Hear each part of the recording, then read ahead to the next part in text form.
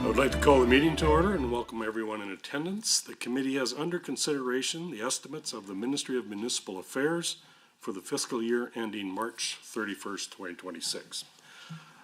I'd ask that we go around the table and have members introduce themselves for the record. Minister, please introduce your officials who are joining you at the table.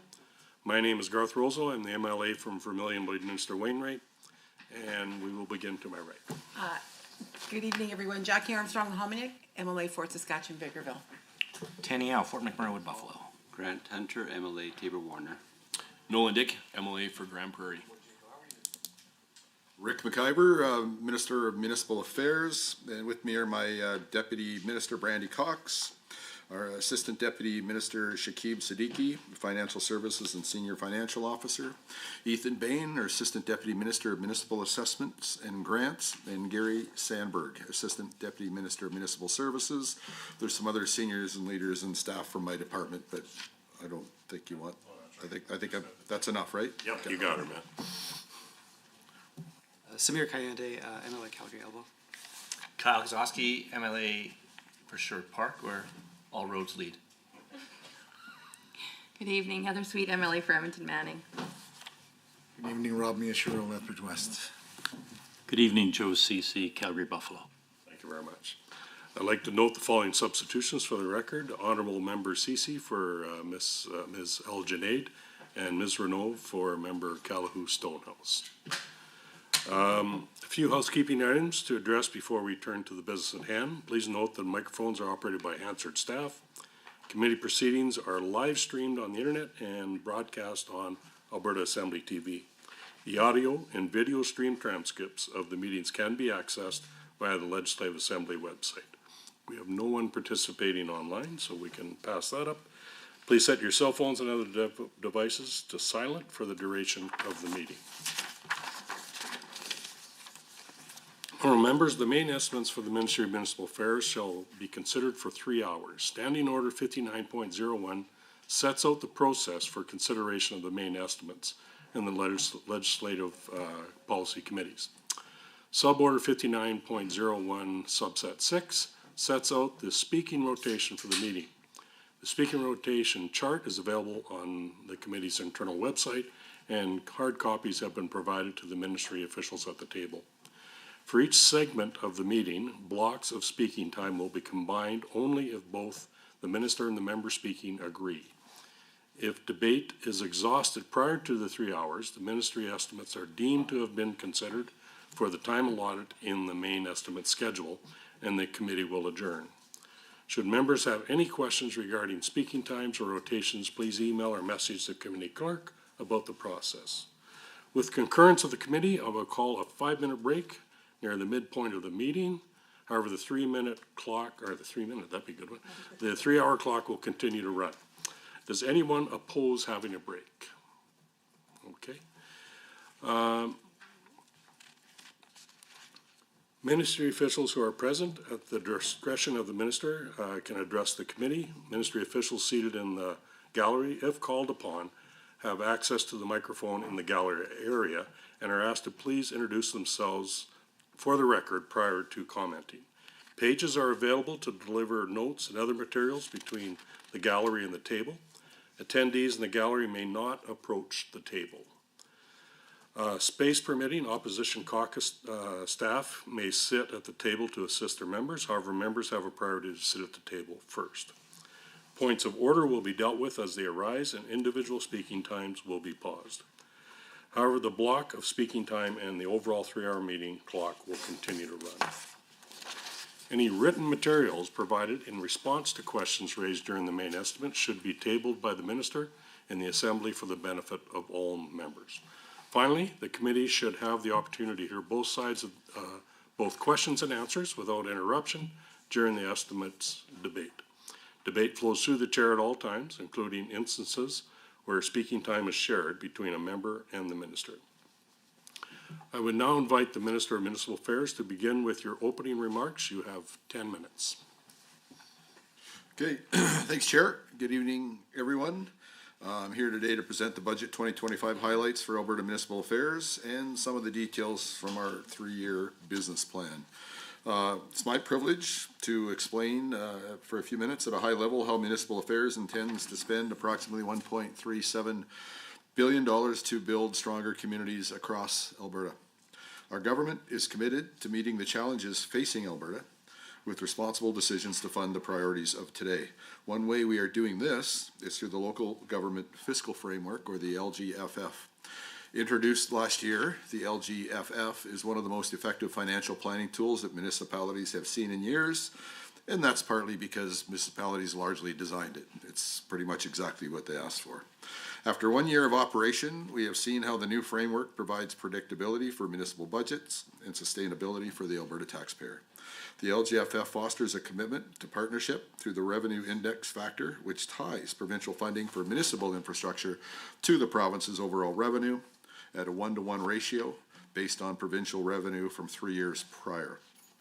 LGFF funding is increasing by 13% from $722 million in last year's budget to $820 million in budget 2025 because of the revenue increase shown in the year-end financials of the year 22-23 government's fiscal year. This change in LGFF funding reflects how budget 2025 strengthens Alberta's resilience to external economic shocks while creating conditions for long-term prosperity in communities across the province. Predictability is key. So, we finalized the LGFF funding formula in December 2023. Municipalities have known that the budget 2025 LGFF number would be $820 million, and they already know what their LGFF funding allocations will be in budget 2026, a slight decrease of about 2.4. So it's up 13% this year and down by about 2.4% next year. We expect about a 9% increase in 2027, but that's a preliminary estimate which will likely change a bit once we have the year-end financials for the 2024 fiscal year for the government finalized. Bottom line, budget 2025 shows almost $2.5 billion in LGFF funding over 3 years to help fund local infrastructure priorities. In addition to capital funding, budget 2025 maintains $60 million in LGFF operating funds, same as last year, for municipalities across Alberta, outside of Calgary and Edmonton. We doubled the operational funding when we introduced LGFF last year, and we are keeping it consistent.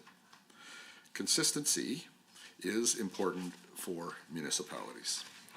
Successful partnerships need to be open and transparent, which means we listen. We took that approach with our municipal partners as we created the LGFF, and the listening has not stopped since. Many municipalities across Alberta have been telling us they need fair compensation for property tax value of provincial buildings in their jurisdictions. In Canada, provincially owned assets are not subject to municipal taxes. Like most provinces, Alberta provides grants in place of taxes, or a GPOT, to compensate municipalities for property tax revenues. In recent years, Alberta's government reduced the amount of GPOT it paid to municipalities to 50% of the eligible municipal tax value of government properties. We took this step as a cost-saving measure for Alberta taxpayers, but municipalities have been very clear. The GPOT reduction has impacted their capacity to deliver local services. They urged us to reconsider, and once again, we listened. Budget 2025 increases the total amount of grants in place of taxes by $17.2 million, from $838.1 million to $55.3 million, to cover 75% of eligible municipal tax value of government properties across Alberta. Next fiscal year, GPOT will increase to cover 100% of the amount that would be paid if indeed the properties were taxable. Alberta's government remains focused on ensuring our province is the best place in Canada to live, to work, and to raise a family. And that means helping municipalities cover the cost of municipal services while easing the tax burden on property owners right across Alberta. The phased approach we are taking to GPOT is just one of the ways Budget 2025 will help us meet the challenges facing Alberta today. Our other Budget 2025 decisions involve targeted strategic reductions in municipal affairs' overall operating expenses. For example, we made a calculated decision to eliminate funding for the growth management boards in both the Calgary and Edmonton regions. Provincial funding for these boards was never intended to be permanent. The $2 million line item, that's $1 million for the Calgary region and another $1 million for the Edmonton region, has been always a year-to-year budget decision since the boards were founded. We are bringing an end to this funding and relying on those municipalities to collaborate without it. It is my hope and what I'll encourage and continue to encourage, that this regional collaboration will continue formally or informally without ongoing provincial operational funding. One reason for the Growth Management Board reduction was that the $2 million investment only benefited a handful of municipalities in the Calgary and Edmonton regions. Alberta taxpayer dollars are better spent for the benefit of as many municipalities as possible. Similar reasoning underlies our decision to discontinue the Local Growth and Sustainability Grant. We announced the LGSG, the Local Growth and Sustainability Grant program, as part of Budget 2024, with $60 million spread over 3 years. We finalized program criteria in the fall and opened the program to a first round of applications. Those applications are still valid, and the $20 million from Budget 2024 is still in place. We expect to notify successful applicants for their share of that $20 million in the upcoming weeks. But the program ends there. We are eliminating the ensuing 2 years and saving $40 million over 2 years by eliminating the LGSG part of our budget. This is part of the renewed strategic approach we are taking with Budget 2025 and making responsible decisions to fund today's priorities. Budget 2025 is very much about making responsible decisions that are equitable and consistent, including between Alberta's two big cities. Building a Budget 2024 commitment to assist revitalization efforts in downtown Calgary, we are helping to build the community rink in the Calgary Event Center, or near the Calgary Event Center, pardon me, and we're now making a similar commitment to help fund an event park in downtown Edmonton. Budget 2025 includes a grant of $80.5 million over 4 years and a commitment to continue supporting the community revitalization levy in Edmonton's downtown core. When Edmonton's Alberta invests in communities and the economic and social benefits, including improved public safety and renewed public amenities, extend throughout the province. That counts for the community of Jasper as well.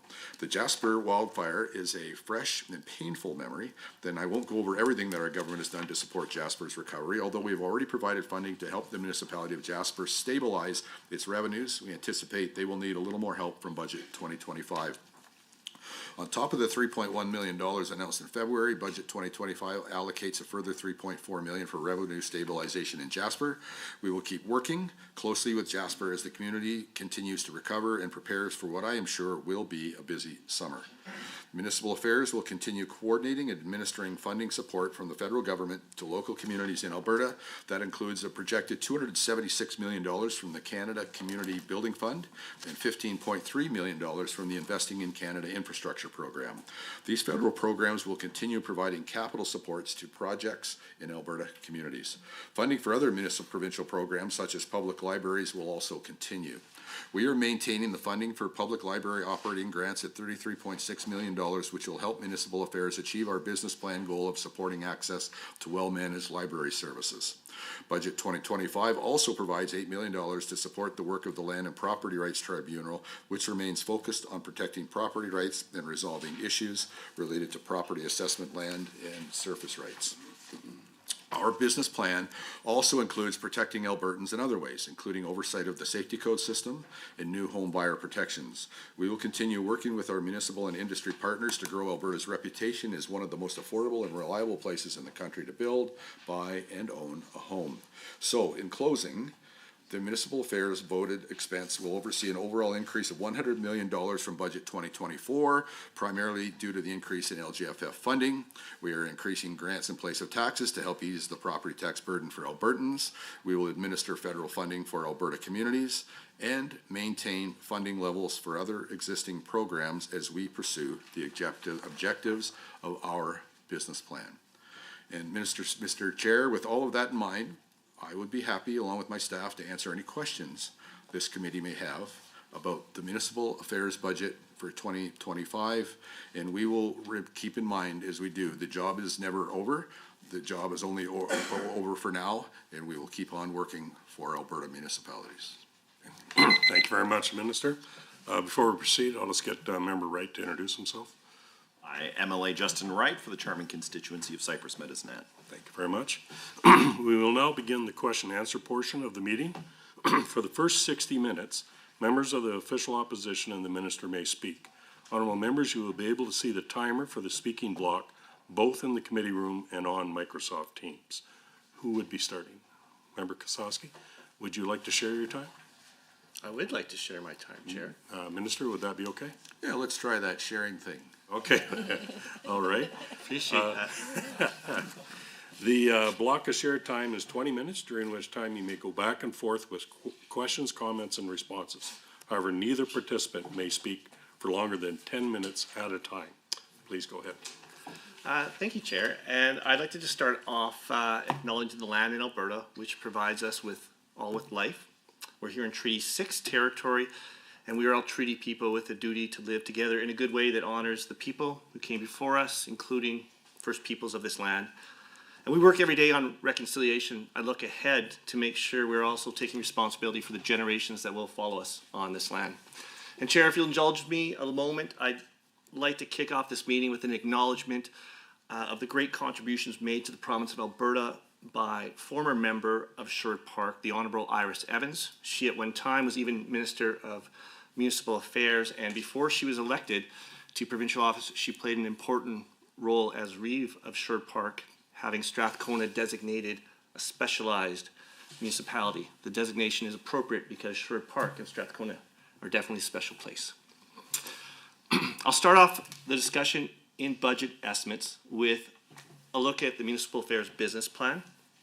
Minister, I appreciate your words to the members of the mid-sized cities that were visiting Edmonton last night, and you said something to the effect of, we all have the same bosses, and they expect us to work together to build a better Alberta. I agree with you, and I know I hear that sentiment often from my constituents in Sherwood Park. A lot has changed in Alberta since last year's budget. Alberta is facing increasingly difficult headwinds as our country faces a trade war with a formerly steadfast ally. We're living in a time of uncertainty, and with a growing population and rising costs, municipalities need support now more than ever. Catastrophic wildfires that you mentioned that have been crossing the wildland-urban divide are not once in a generation any longer. These events are something we're experiencing with fire weather on an annual occurrence, and Albertans have been displaced, traumatized, and are suffering for it. It's only March, and we already have 7 active wildfires in Alberta. Slave Lake, Fort McMurray, Edson, and now Jasper are communities that have needed to evacuate in recent years, and we can expect more communities in Alberta to have similar experiences like these going forward. We could not have predicted the fire that devastated Jasper, and we also could not have predicted the ham-fisted approach to helping municipality of Jasper that the government undertook after the fire. This government has weakened regional planning in the province by defunding the Edmonton and Calgary Metropolitan Regional Boards. This move opens the door to unmitigated urban sprawl in this province and has created the burdensome administrative need for new intermunicipal collaboration frameworks that need to be negotiated. You have put an end, I think, to something that was working very well in the Edmonton region and starting to work very well in the Calgary region. The EMRB and CMRB put multi-generational sustainable land use planning in place in Alberta that is now at risk of being ignored or at the very least needs to be renegotiated. Minister, since last year you've made an indelible mark on municipalities of Alberta with Bill 20 and 18 and with the defunding of the regional boards, which brings us to Budget 2025. Who knows how things will go, Minister? Change is constant in government. This may be your last budget as municipal affairs. I hope it's your best one. Might be my last day. It's up to the Premier. It is. You serve at her pleasure for sure. The impression I get is that municipal leaders across the province believe you want to do right by municipalities, but that you are unable to get the support of your cabinet colleagues to deliver for municipalities. And like you said, Albertans want us to be working together, especially in my riding of Sherwood Park, but across Alberta. The Deputy Minister, I know, would probably agree Sherwood Park is a great place to be from and live.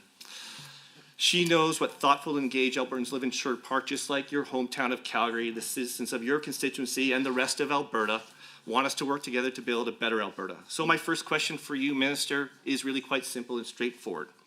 Do you want to work together to make the 2025 budget better for Albertans and Alberta municipalities? Well, we will been working steadily with municipalities and all Albertans, and will continue to do so.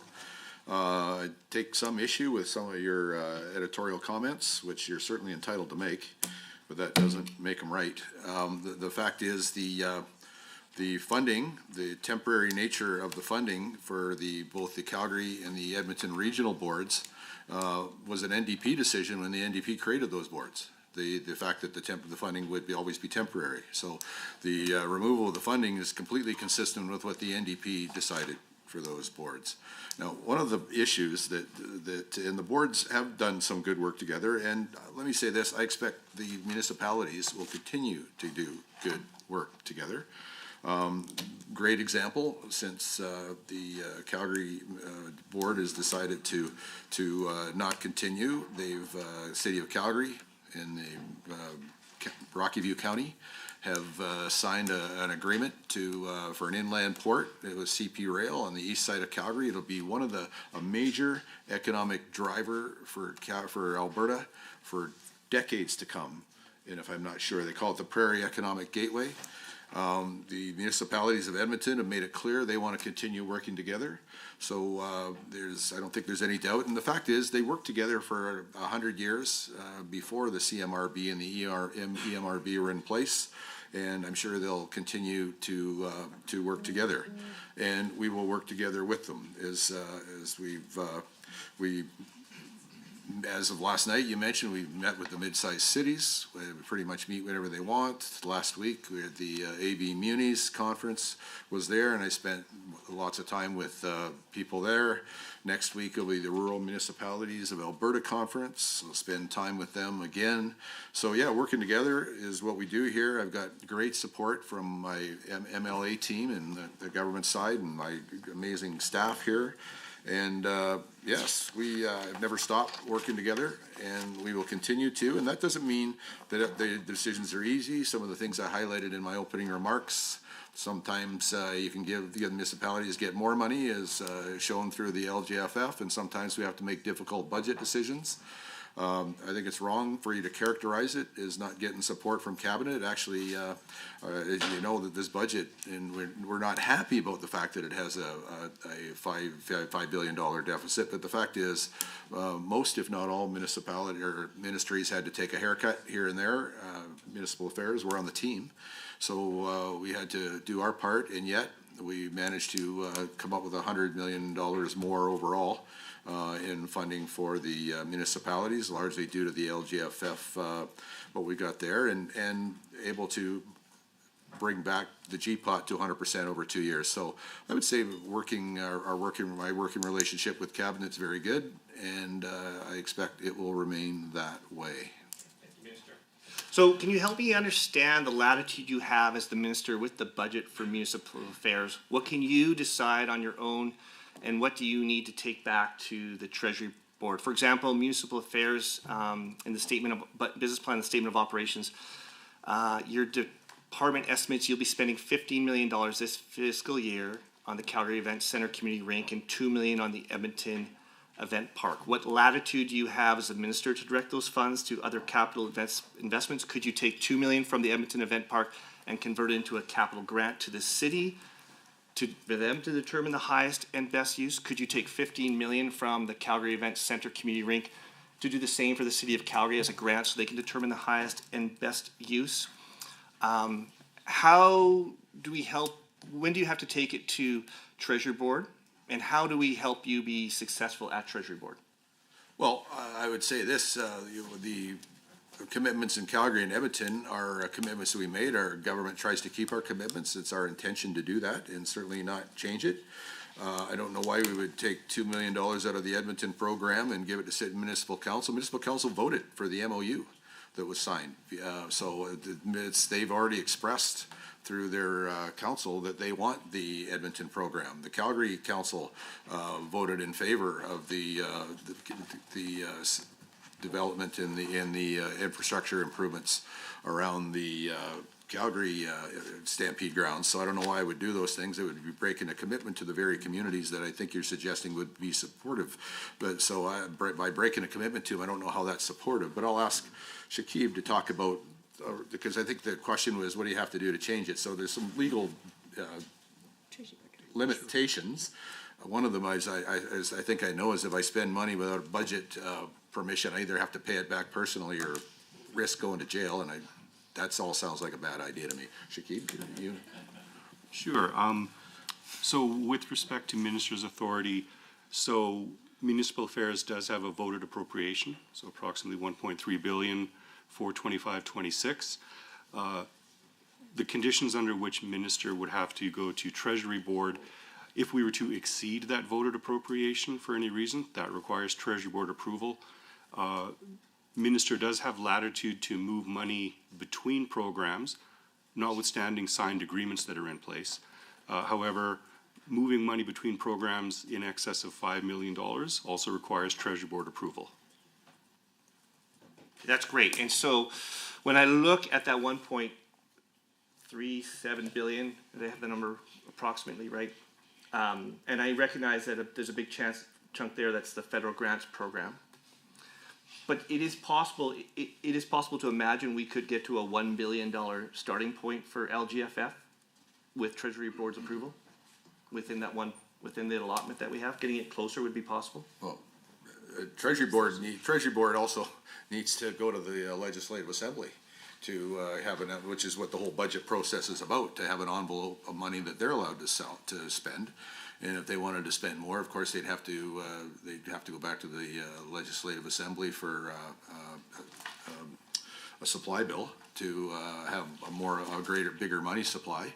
So what's important is that we make the budget as carefully as we can in the first place, because adding money to it is no automatic, simple, or easy process. And I would say, as it shouldn't be. I think we all in government bear the responsibility of trying to make careful, good decisions. Having said that, there's multiple circumstances over the years where different governments have had to go back for more money supply, sometimes after disasters, flood, fire, other circumstances that crop up. So I suppose if the Legislative Assembly voted for it, there's no limit to the amount of money we could spend, but I'm not sure that always makes it a good idea. Nor is it what I'm asking. I'm just saying within your 1.3 billion, do you have the latitude to get the LGFF up to a higher number? And I'm hearing that it's possible, but there is work to do. That's the thing. When you add money to a program, unless you go for more supply, you gotta take money away from somebody else. And as you might imagine, the party getting more money is probably happier than the party losing it. Our programs, the LGFF, is based on an agreement with the municipalities where it goes up and down with the government's revenues. Boy, the municipalities asked for this, and it was a long time getting it done. And I would sure be reticent to go back on one of the biggest promises we've kept to municipalities, especially when they authored it. Really. Yeah, LGFF of course, policy. Government had to action it, but it really was a direct request directly from Alberta's municipalities. Okay, thank you. Well, we'll switch gears a little bit. So, unlike the Income Tax Act, all Albertans with homes owned or rented will face an education property tax increase. I think in the fiscal plan tables on revenue, there is increases that are set out from 2025 to 2028 for education property tax.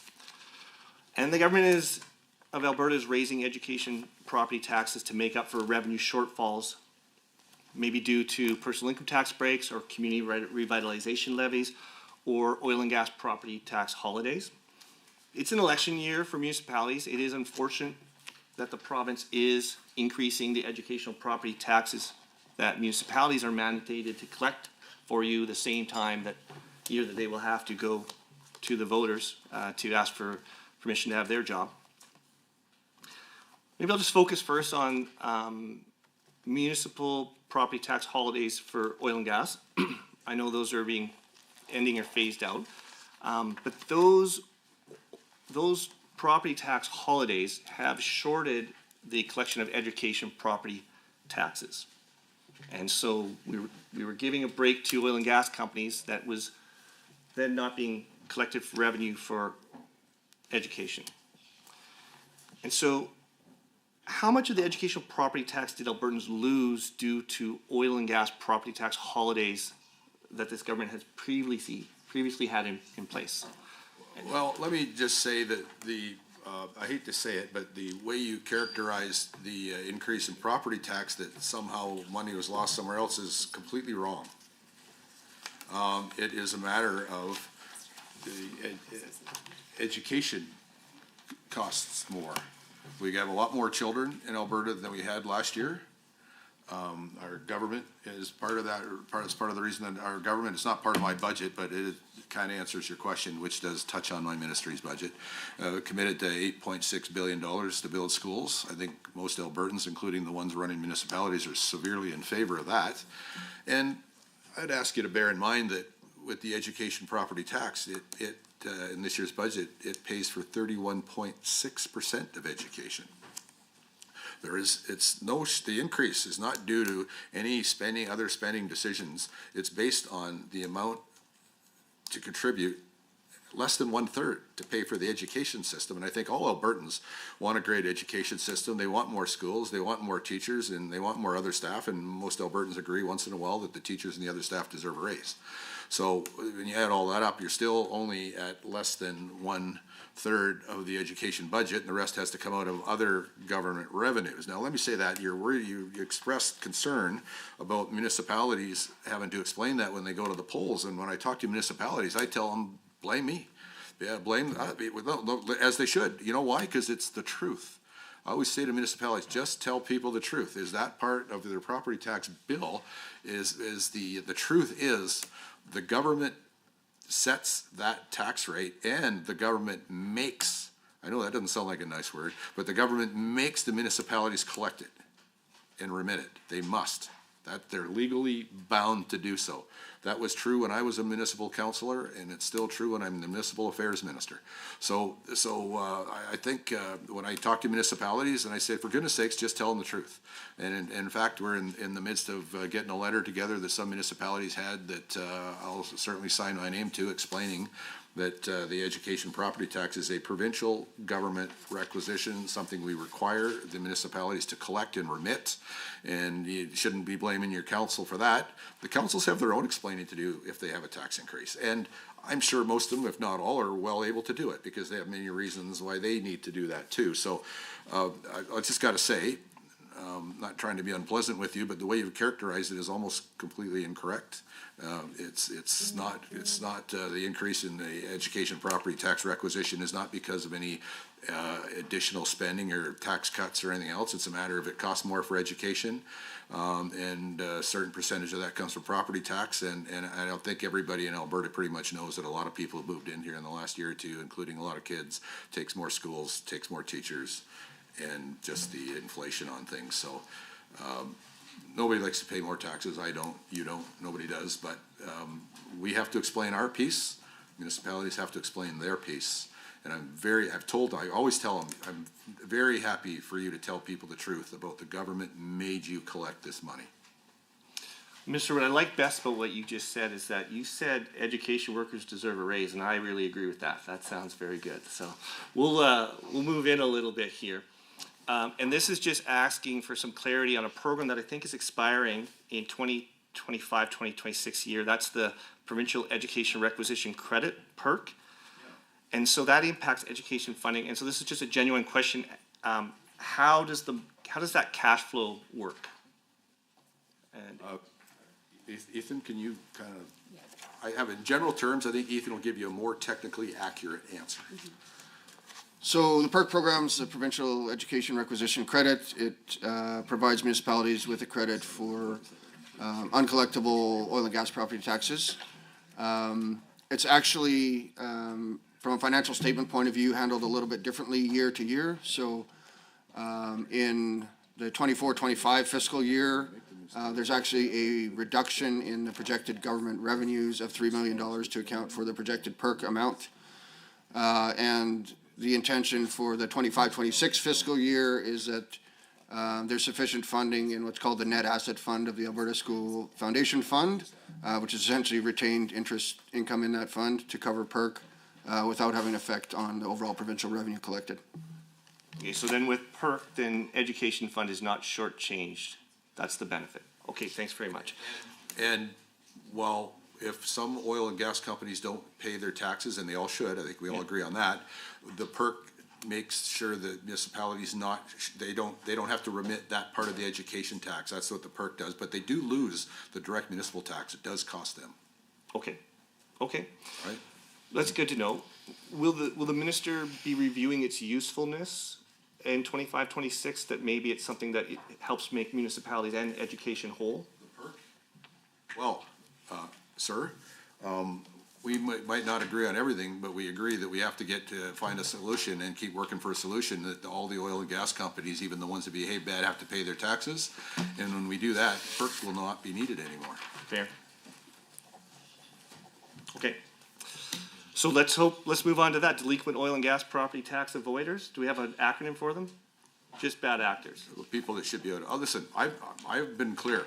If a shoe store doesn't pay their taxes, somebody puts them out of business. If a restaurant doesn't pay their taxes, somebody puts them out of business. And my opinion is, if an oil and gas company doesn't pay their taxes, they should also be put out of business.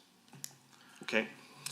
So we're going to lead to hopefully I get to it through the right route, but so for the companies that have not or will not pay, I guess, multiple part question. What will you do to get the Minister of Energy to enforce payment of property taxes by energy companies with mature assets? Will the government need to go to insolvency proceedings to collect unpaid education property taxes? Do you have plans to make municipalities whole for the unpaid property taxes from the bad actors, especially, I guess, given that PERC is going away? I guess the short answer is no on that. But on your initial question about working together with people, in fact, really in the last 2 days, we've come to an agreement with rural municipalities of Alberta and the energy minister and our ministries to work together in a working group to talk about the problem of unpaid oil and gas. And the RMA acknowledges that we've done a lot of work for them, but they also say that it still hasn't fully solved the problem. So we are going to put our heads together with our municipal partners and with the Ministry of Energy and look for and strategize together on how we might be able to put this problem to an end. Certainly RMA's media release made it clear they're encouraged by the willingness of myself and Minister Jean to work to seek holistic solutions to the issue, to find a property tax accountability strategy. And again, I'll repeat my attitude. If you're not paying your taxes, somebody should put you out of business. If you or I were running a business and we didn't pay our taxes, someone would come and take our business away. Pretty sure of that. For sure. So the RMA did put out their press release today on this. You've probably seen it. So I think 253.9 million is what they're measuring is outstanding as of the end of last year, December 31st, 2024. And I'm not criticizing them for that. That's their number. Yeah. I haven't been able to look in to see how much of that is hard taxes not paid and how much is penalties that municipalities have added on and added on and added on. And I'm not criticizing that, but there's a little bit. But the number you said is what is in their press release. Okay. And they seem to have narrowed it down to 10 really bad actors that collectively owe about a third of that, it seems. But that's spread out across 38 different municipalities. So it's, yeah. Yeah. Well, you know what? Again, I'm not really fighting with you. Nope. I have 59, but Okay. the total's the same. So whether if you're one of those municipalities, it means the world to you. But for our conversation here, it's the unpaid money is the unpaid money, and it's got to stop being unpaid. Right, and the work is in progress, I guess, continue. It's been something we've, I guess, been on and on about, so I guess. And as RMA acknowledges, we made a number of efforts with them to make it better, and it's not better enough, so we're gonna work together in a working group with my ministry and the energy ministry and RMA to strategize to try to bring this to a final end.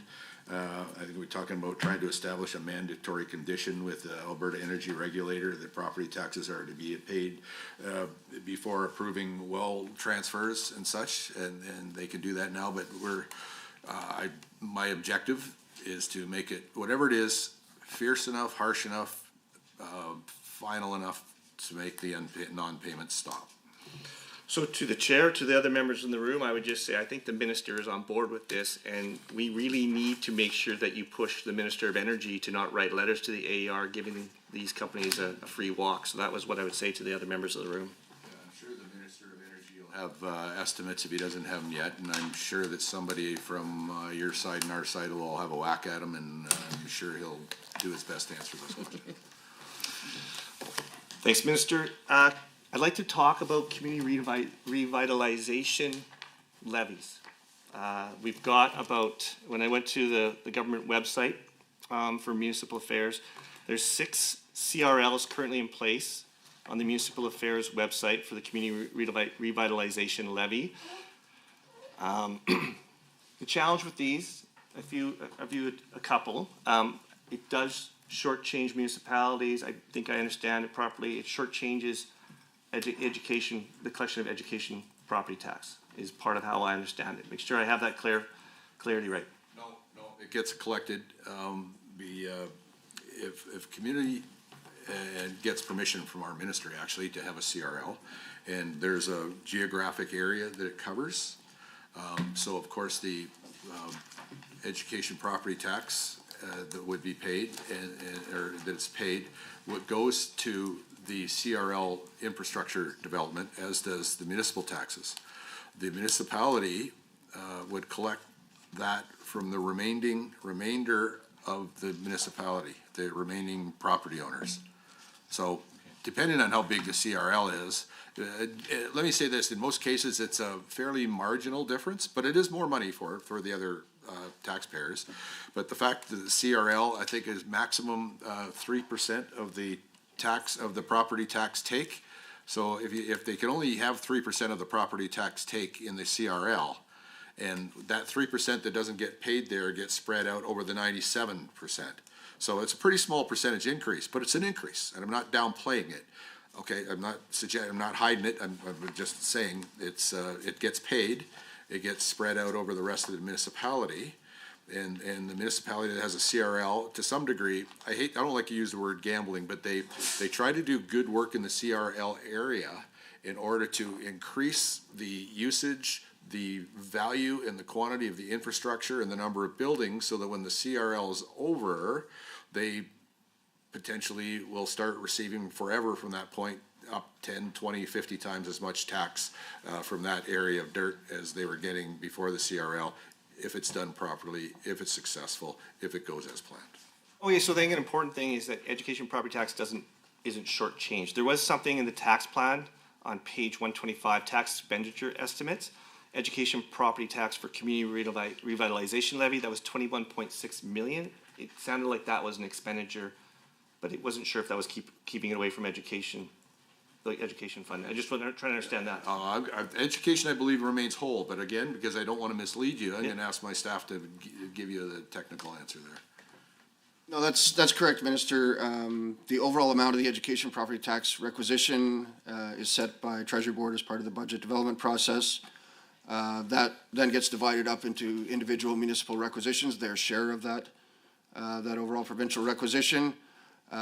So if you have a CRL in your municipality, your property assessment base that's taxable for education purposes is a little bit smaller than it would be, and so that tax is collected from every other taxable jurisdiction.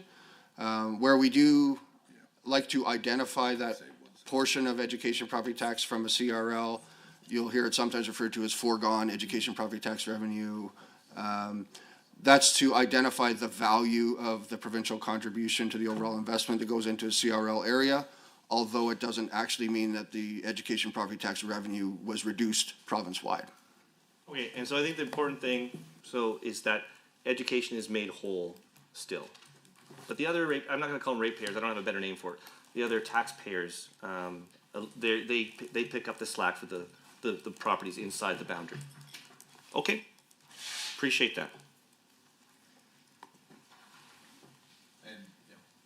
No, that's okay. Then I'll take a break to breathe. Hold on, I gotta give you a little bit of choose your next direction, Minister. If I can get to the top of my page. Don't wait for me. I can keep up. We're gonna go, you're doing great, you're doing great, have a drink of water. Okay. Next direction we're gonna go, Minister, Calgary Event Center Community Rink or the Edmonton Event Park? Which one do you wanna do first? They're both in the budget. They're both on an agreed schedule, both a result of an agreement with the local municipality. And in each case, the local municipality voted for it, and we intend to honor both those agreements. Calgary or Edmonton first? We're gonna honor both agreements. I know, but which one would you like me to talk about first and ask you some questions? You know, if you, Through the chair. if you need my advice on that, you're in more trouble than I think you are. All right. Well, why don't we go do Calgary first? Because that's let's go Calgary first. All right. In Calgary, you're using provincial dollars, I think, to fund 30 million of provincial dollars for a single sheet of ice. I think we clarified that last year. It's going to be a single ice rink. I think it's practice facility for the Flames. Most people call it an arena. An arena.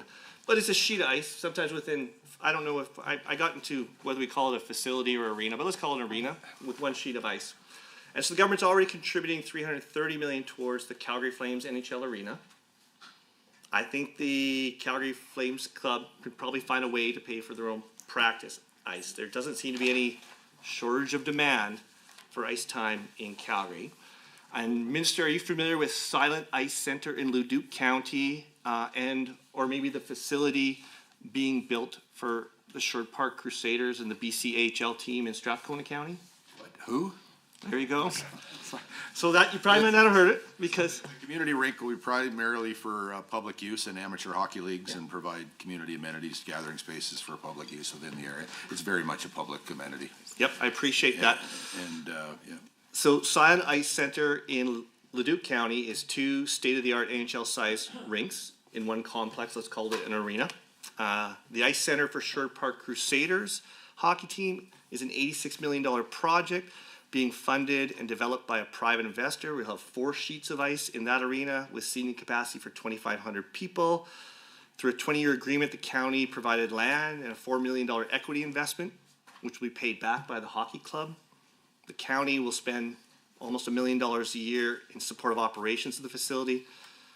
And they got a benefit of 2,400 hours of ice time that has been secured for minor hockey in Sherwood Park. I bring these up, Minister, because given the situation in Strathcona County and Leduc County, in which private hockey clubs and businesses have been able to build world-class ice surfaces without provincial government financial contributions, would you have the latitude to divert the money budgeted for the Calgary Community Rink to a grant for the city of Calgary so they can put it to their highest and best use? And would you be willing to do that if you could?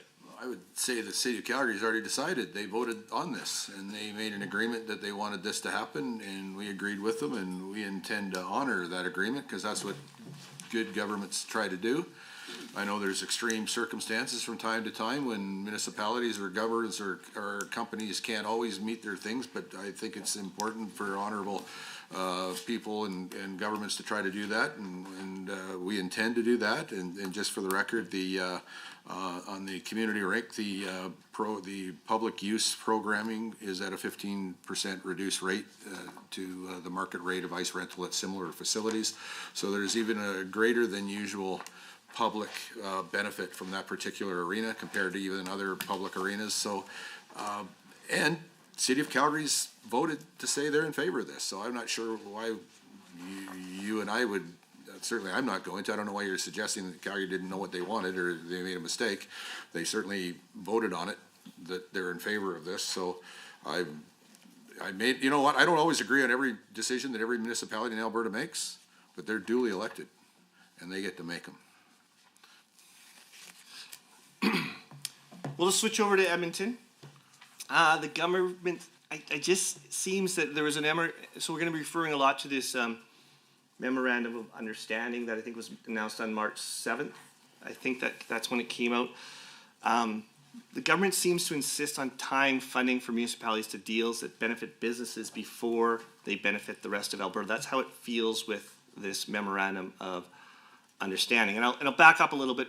When I look at funding for Jasper property tax stabilization funding, which I know they're glad is in place now, for a while it was tied to the negotiation for long-term leases with Parks Canada that the government was hoping the town could arrange for them.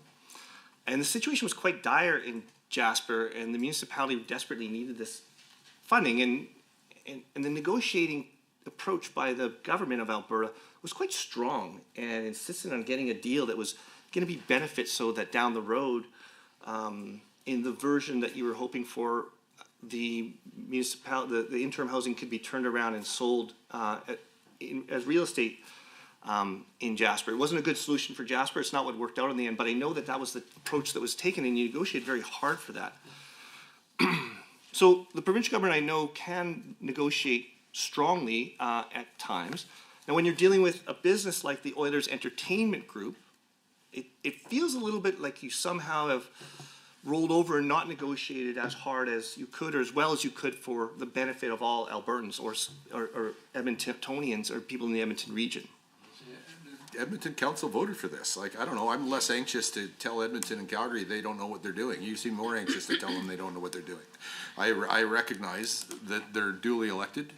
And again, I don't have to like every decision that every municipality makes, but it's important that for me, and I think our government, to recognize they're duly elected and to do the best they can. And it doesn't mean I have to agree with every detail of every municipality's decision, but by golly, real Albertans really elected them, and they really have authority to make decisions. Your friend sitting 2 seats to your right will be able to explain that to you. Well, will say, like, when you offer a $330 million grant for the construction of a new arena, which I know Calgarians want, and, you know, like I've said before, I want the Oilers to have a place that's really nice to beat the Calgary Flames in, and they'll have that at the future. But when you add on a little $30 million grant for an ice sheet that I know could be funded without provincial funding, it's something I want to just take an issue with. And then when I look at what's coming together for the city of Edmonton in your memorandum of understanding, we can go through each of the parts of it. It's a 3-part thing: the village at ice district, the demolition of the Coliseum, and also the event park. And when we break down each portion of that, the city of Edmonton wants revitalization. I think you want revitalization. I want revitalization of downtown Edmonton. I want to work together to find a way that maybe with a memorandum of understanding, you say, well, look, we heard a little bit, we want to negotiate maybe a bit of a better deal for the benefit of Albertans and make sure it benefits Albertans before it benefits the business first. And so that's what I'm looking for you from. And when we go into the breakdown, we can get into it. But key thing is I know the councils are doing this because they want something, but it feels like so much is tied together. So one question I would ask, if you could, would you be willing to break up the parts of the deal, the multiple parts of the deal with the city of Edmonton, so that we can make sure we have better use of the grant money coming from the government of Alberta? If I could, Mr. Chair, excuse me, point of order has been called. Point of order under 23B, the member opposite is asking a question as well outside of the scope of our work here. And one of the reasons why I would say that is because I think that what he's asking is, you know, to have the minister negotiate this or that. Well, the member could always run for a conservative, you know, position and form part of government and have that opportunity to be able to negotiate with the minister on these things. But when it comes to estimates, I'm not sure what this has anything to do with the budget that we have at hand. Well, thank you, Mr. Chair. This is not a point of order. The member has clearly demonstrated the line items that he's speaking to, where it is in the breakdown of the budget. All he's clearly asking, which is part of the budget process, is whether or not we can reorganize the way the funds are currently presented in the budget and whether or not they can be broken up into another piece. It's a fair question to ask the minister if there's an opportunity to do that and to adjust the line items. It's done all the time in budget estimates. I would suggest I think the minister has answered it a couple of times. And so if you could get to your point and and I'll let you answer it one more time. So we won't call it a point of order, but we can get to the point and get to the next subject.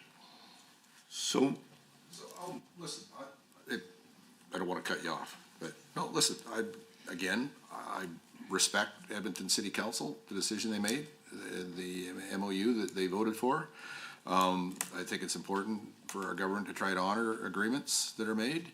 I'm not sure whether you don't like the affordable housing or the space that's going to be used for public space that used to have tent cities where people were beaten up and raped and taken advantage of by gangs. It's revitalizing an area of downtown that desperately needs revitalizing. It's going to make it, I hope, virtually impossible to have tent cities there in the future where all that misbehavior and social disorder takes place. I think that there's a lot of rent is going to be built for rental purpose for students, for low income and both affordable and attainable housing. All things that are positive, well within the purview of the city of Edmonton to want our government to contribute to. Certainly consistent with our government's objectives is to help deal with social disorder and have more affordable and attainable housing and more vibrant downtowns for not just our two big cities, but all of the 330 municipalities in Alberta. So, I don't know. Anyway, so listen, my objective is not to renege on an agreement that our government has. I just think that would hurt our government's reputation for every other agreement we try to make in the future if we were to back off on one, especially while the ink's essentially almost still wet.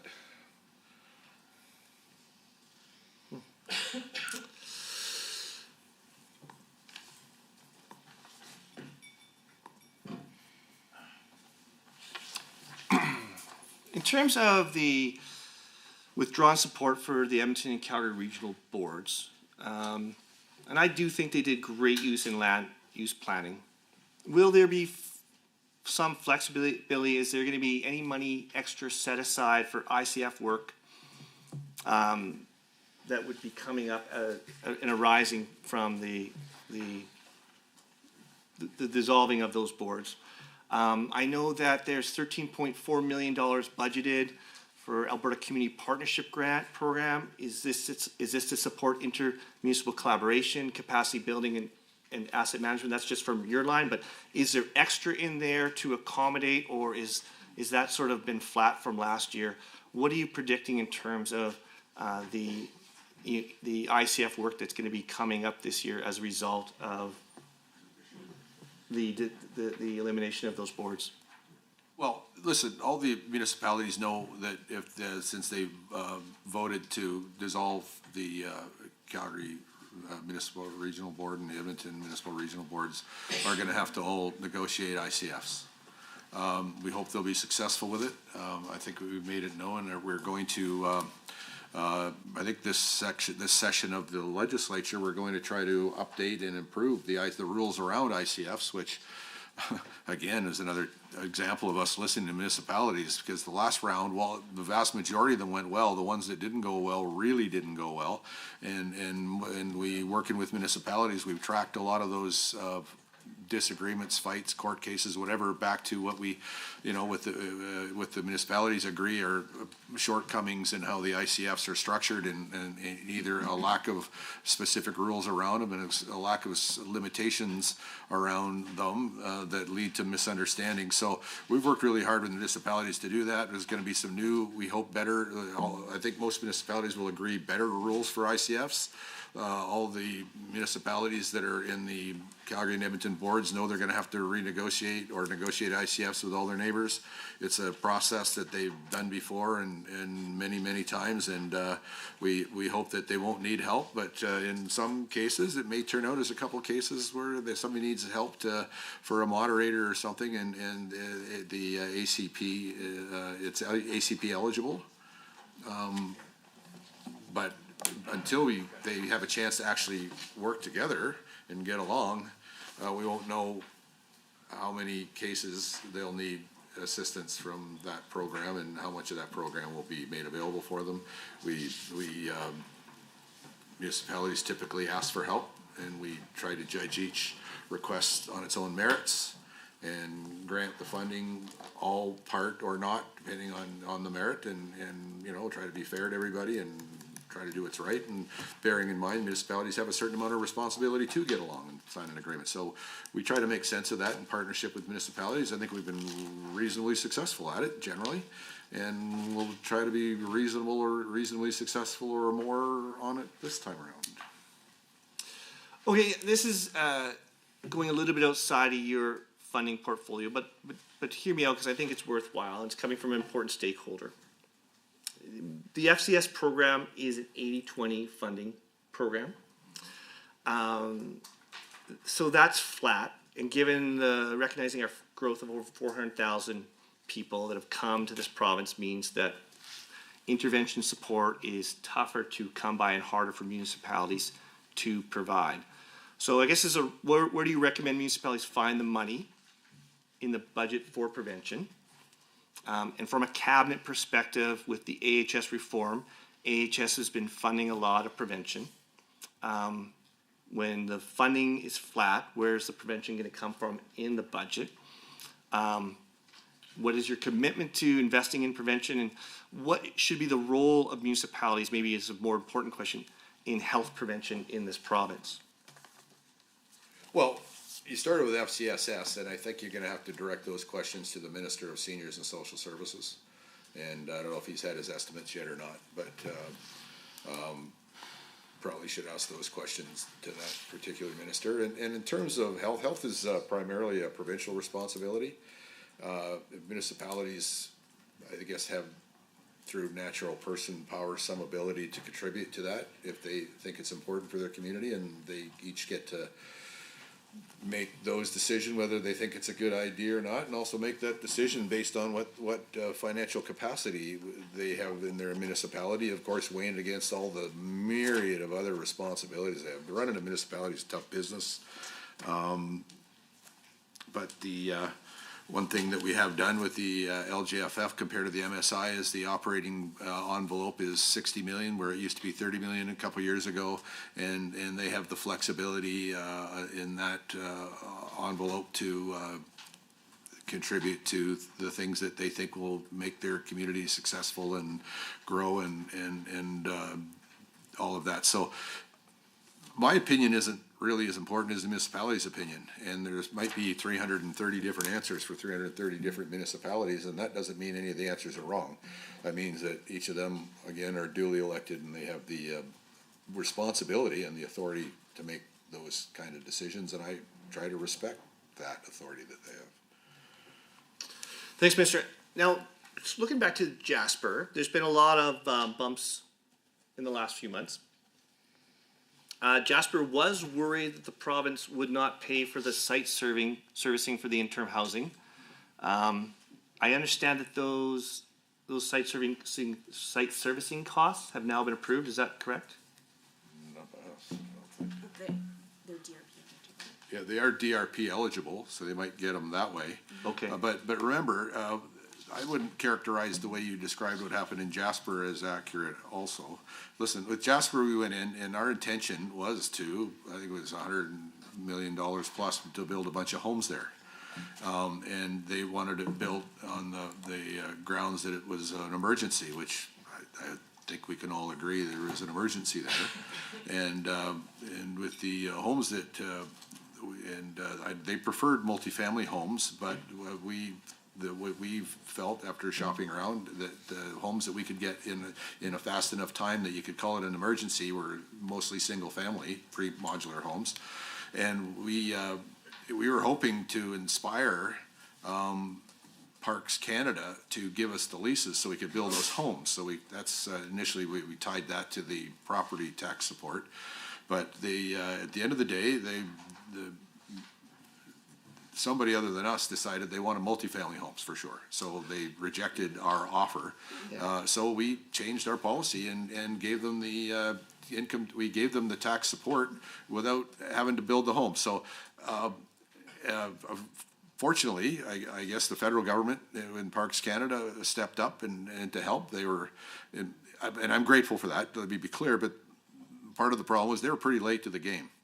we were working with Jasper while the fire was on. And as soon as the fire was out, and we've been working with Jasper ever since. The Premier and I chair a committee that meets regularly, and all we talk about is how to help Jasper.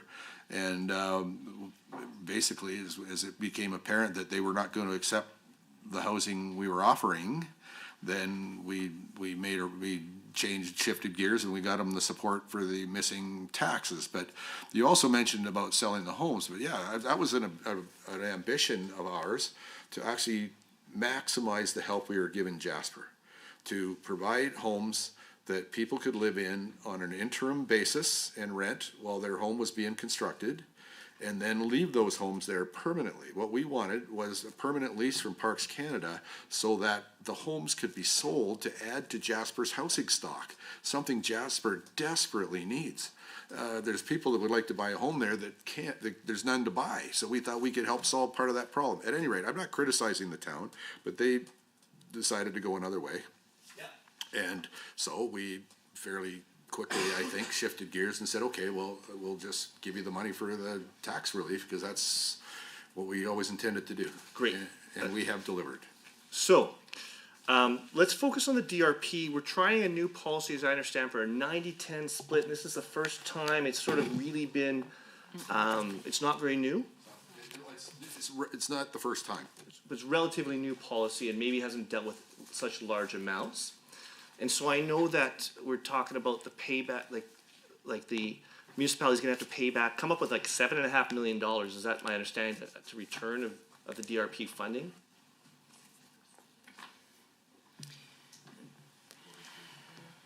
Sure. I'm gonna ask Ethan to. Yeah, I mean, the disaster recovery program is under the Public Safety and Emergency Services Ministry, but our understanding is that based on the initial estimate for the Jasper program, it's roughly $7 million would be their projected share, but bear in mind, those cost estimates for their program are updated all the time, and that was an initial estimate.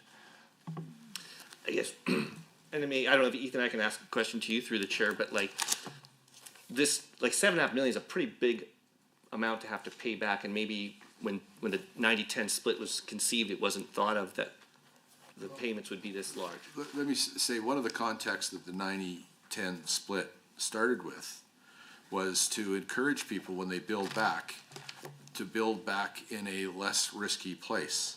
Now, it's not quite as straightforward with fires, but it's very much pretty straightforward with floods. If you're in a place where, and you're in a floodway in your home or your business, and it gets flooded out, and if you build back there in the same place and it gets flooded out, and you build back there in the same place and it gets flooded out, I think most Albertans would say, well, that just doesn't make sense. Why wouldn't you incent people to build somewhere else? And that's kind of one of the reasons for the initial reasons for the 90-10. And in fact, when that come through, especially with the floods, we would say to people, we're going to give you 90%, and if you build back in the same place, we're never going to support you again. But if you build back in a place out of the floodway, then we'll support you again next time there's a disaster. And I think it makes sense. I think most Albertans would agree that what doesn't make sense is to build a home in the same place that's going to either flood again or burn down again over and over and over again. No, I don't think anybody think that makes sense. So part of the 90-10 is to incent the reconstruction to happen where there's a lower chance of the structure being taken down again by because if you're in a floodway, you're still in the floodway. Sure, but I don't think you're suggesting that they don't build back Jasper in the exact same spot that. It's a little more straightforward with floods than it is with fires. Sure. I did think I said that out loud. So, yeah. Okay. I'm getting the impression that you might be coming, you might have a municipality of Jasper coming to you in time and saying, we don't know where we're going to come up with our $7 million because we used 100% of the DRP.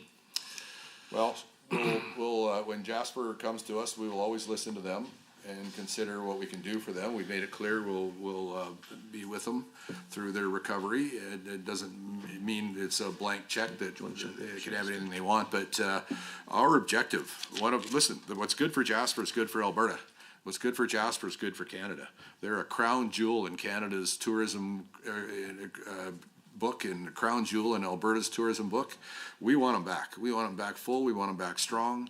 And we'll work with them to try to help them, as we have been. And no one's worked with them more than the government of Alberta, even before the fire was out. We've been there every day, every step of the way. Thank you, Mr. Chair. I'm going to pass off to MLA Sweet now. Go ahead. Thanks, Minister. Thank you, Mr. Chair. Back and forth, Minister. Yeah. Sure. I have 5 minutes. I just actually want to get some clarity. So the DRP funding is not found in municipal affairs.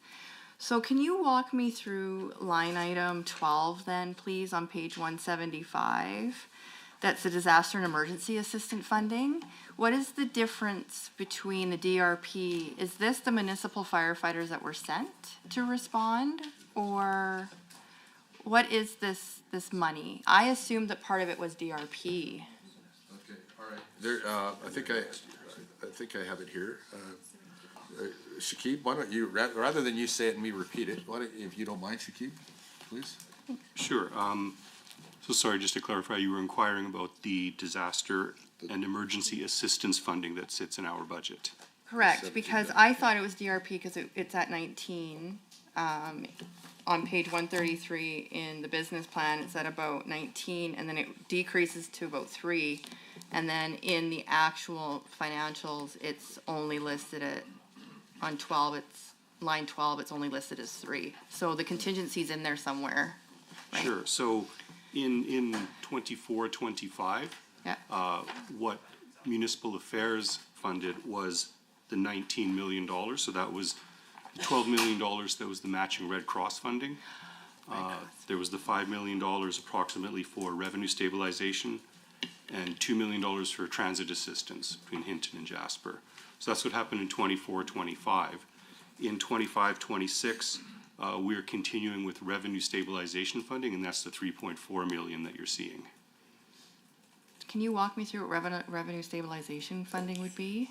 They didn't get paid taxes by people that were not in their homes. Gotcha. They're not in their businesses. Right. But the municipality still has a budget, their own budget item that relies upon that. Yep. And since we all want Jasper to succeed, it's one of the ways in which our government assisted them. No, I think it's great. Yeah, because we were worried about that, about where they were going to get the revenue from. So I wondered what the carryover. So most of this though came out of contingency and transferred back, because there's a contingency line item as well in the budget, and so I was just trying to figure out what the contingency fund was used for. Sure. So in 24-25, the funding that was provided was out of contingency. In 25-26, it's in municipal affairs budget. Okay, so it's just a shuffle. Thank you. We only have 3 minutes, so I'm not going to get too far into rural municipality stuff because I've got lots of questions on that. What I was wondering if maybe you could give us an update. The RMA Wild Fire Working Group report has now come out. Members of your ministry sat on that as advisors and working partners with RMA. They're listed as working partners sitting on the advisory group. There's numerous recommendations directly to the Ministry of Municipal Affairs to support communities in wildfire response, training of staff, and cross-ministerial supports. Given what has happened in Jasper, and given the fact that we did have to use contingency that was transferred to municipalities to help support, I'm just wondering, looking at the recommendations, if the ministry is looking at adopting those since they were sitting on the committee at the time.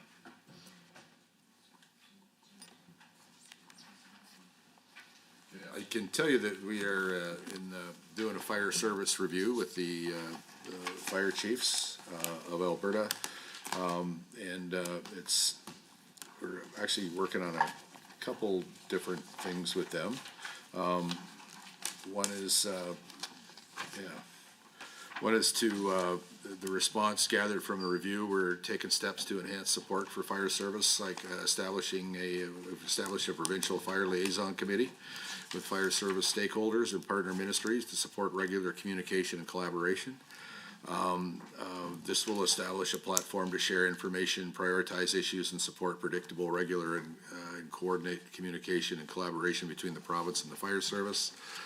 provides one-time funding increase for 2024-25 fire services training program grant to $1 million from the usual $500,000. This will provide grant funding to further support municipalities and deliver fire service training. A lot of municipalities said they got turnover. A lot of municipalities have a volunteer fire services, which actually would lead to more turnover because, you know, people are less. Listen, no one's better than a volunteer firefighter, but when you're not getting paid for it, sometimes the realities of having to pay the rent means you can't always do your volunteers, which means there can be other people come in. I'd sure not want to say anything but great things about volunteer firefighters. They're among the best among us. So also an $85,000 grant to the Alberta Fire Chiefs Association for updates and maintenance to their core competency tool, which is a free online tool for fire personnel, and communities can use it to complete a risk assessment for their municipality. We work, I've tried to answer your question. I'm not sure if I got exactly what it is, but we work pretty much hand in glove I know with we the only got fire 20 chiefs. seconds. I just want to flag, are we looking at making sure that we're doing cross-training between wildland firefighters and municipal firefighters? Because that was the biggest risk and gap in Jasper. I'm not saying you have to answer the question. I'm just saying, please, like with all of this funding, please make sure they're getting cross-training. And I love that the government agrees with me. Thanks. We'll end it on I think that. that might be with Alberta Emergency Management, and Okay, thank you very much. That concludes the first portion of questions from the official opposition. Before we continue on, I'll just get Member Bochenko to introduce himself. Andrew Bochenko, MLA for Drayton Valley Devon, and Parlsec for Indigenous Relations. Thank you very much. We will now move to 20 minutes from Government Caucus members. Member Yao, would you like to share your time? Yes, please, if the minister's willing. Minister, okay? Cheersies. Okay. You have 20 minutes. Go ahead. Thank you so much. Mr. McIver, thank you so much and your entire team for serving Albertans well. When I speak with my friends up north, you give them great comfort knowing that an experienced man like yourself is in that position. So, especially trying to manage all the municipalities because, as you can imagine, or as anyone can imagine, it's like herding cats. That many elected officials that you have to address and deal with. So, give you kudos to that. That said, I might be taking a slightly different tone than my good friends across the way. I am greatly concerned about the amount of spending that we're doing. I'm greatly concerned that we're increasing our debt and deficit. It's concerning to me, so I hope that you can really give me comfort in your answers as to the spending that we're doing and that's responsible and logical. But that said, one of the things that municipalities have been asked me about is the education property tax. If we could just start off with that. I can emphasize with, well, we all can, about us all being in this affordability crisis and the economic uncertainty, especially with our relationship with the Americans and this potential tax war that's, tariff war that's on the horizon. So I guess the question is, if you could just explain a little bit more about the increase in the education property tax. Municipalities certainly complain they're the ones who have to collect it, as you mentioned earlier. But can you communicate the reasons for why we're raising this and what you anticipate it being spent on? you could say, and I will, that I think this is getting back to normal. And you may not want to hear that, but I would say traditionally, the government collected about 1/3 of the cost of education through the property tax. And about 33%. And I think in our budget, it says we're heading in that direction in the next couple of years. This year is at 31.6, if I believe. So it's just a matter of, that's how traditional way that we've always paid for about 1/3 of the education, K-12 education in Alberta. And with the municipalities, here's a great thing is that we're trying to help them. We're going to send them information so that to help them explain to their citizens that part of the property tax bill, if people appreciate it, they can appreciate whoever they want. But if they want to blame somebody for it, they should blame the province for it, because it's the government of Alberta that actually sets that number. It's the province of Alberta that forces the municipality to collect it and to remit it to us to contribute towards education. Now, I think most Albertans listening to this would say, well, education's important. Like, we don't want to cut education funding.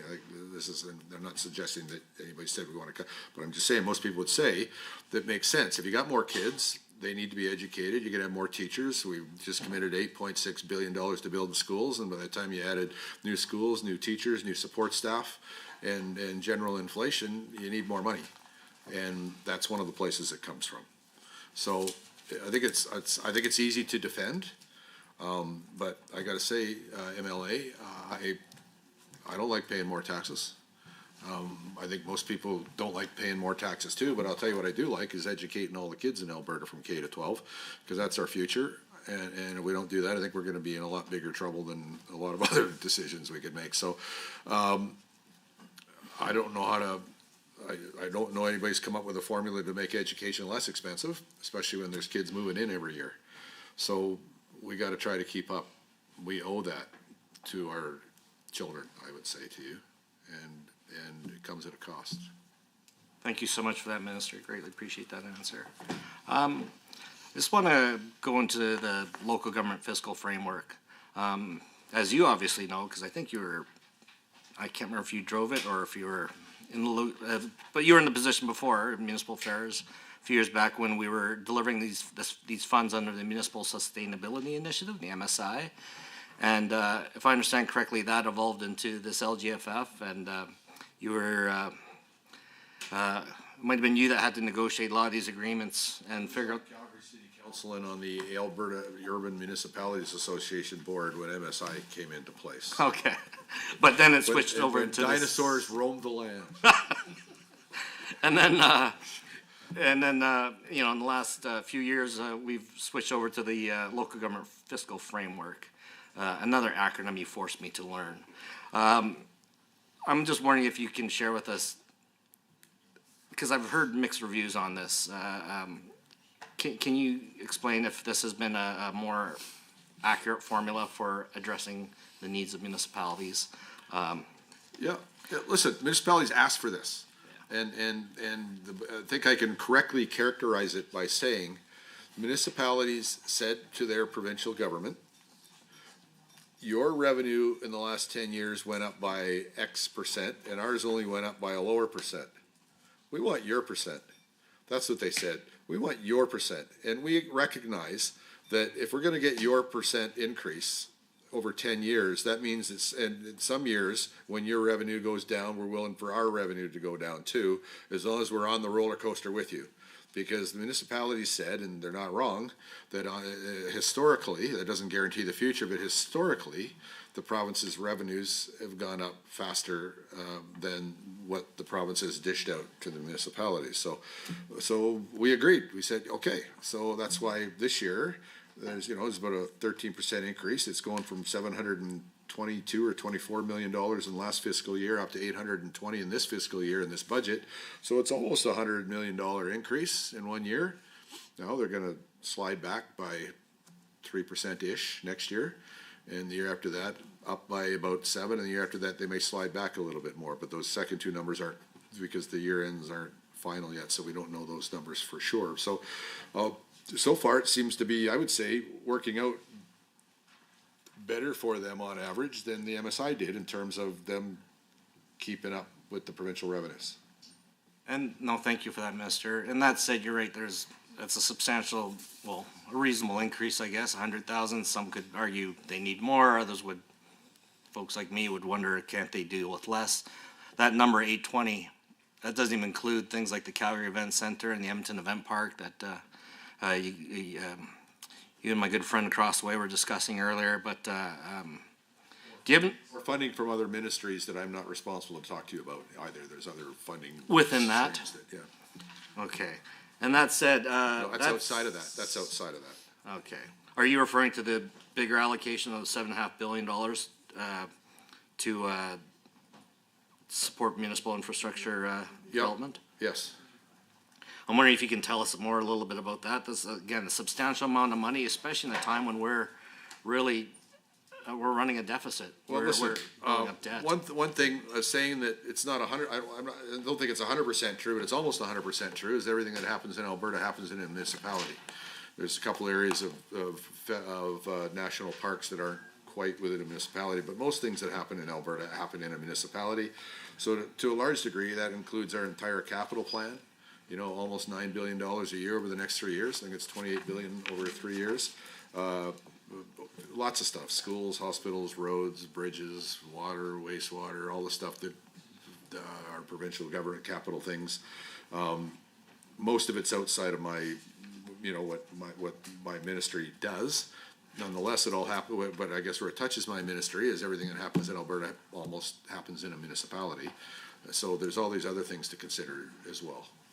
Okay, so again, just to clarify for my good friends that are watching, that $7.5 billion in the capital plan, that's not distributed by yourself, but by infrastructure, education, If it's post-secondary. schools, it comes out of education. If it's universities, it comes out of advanced education. If it's hospitals, it comes out of one of the healthcare ministries.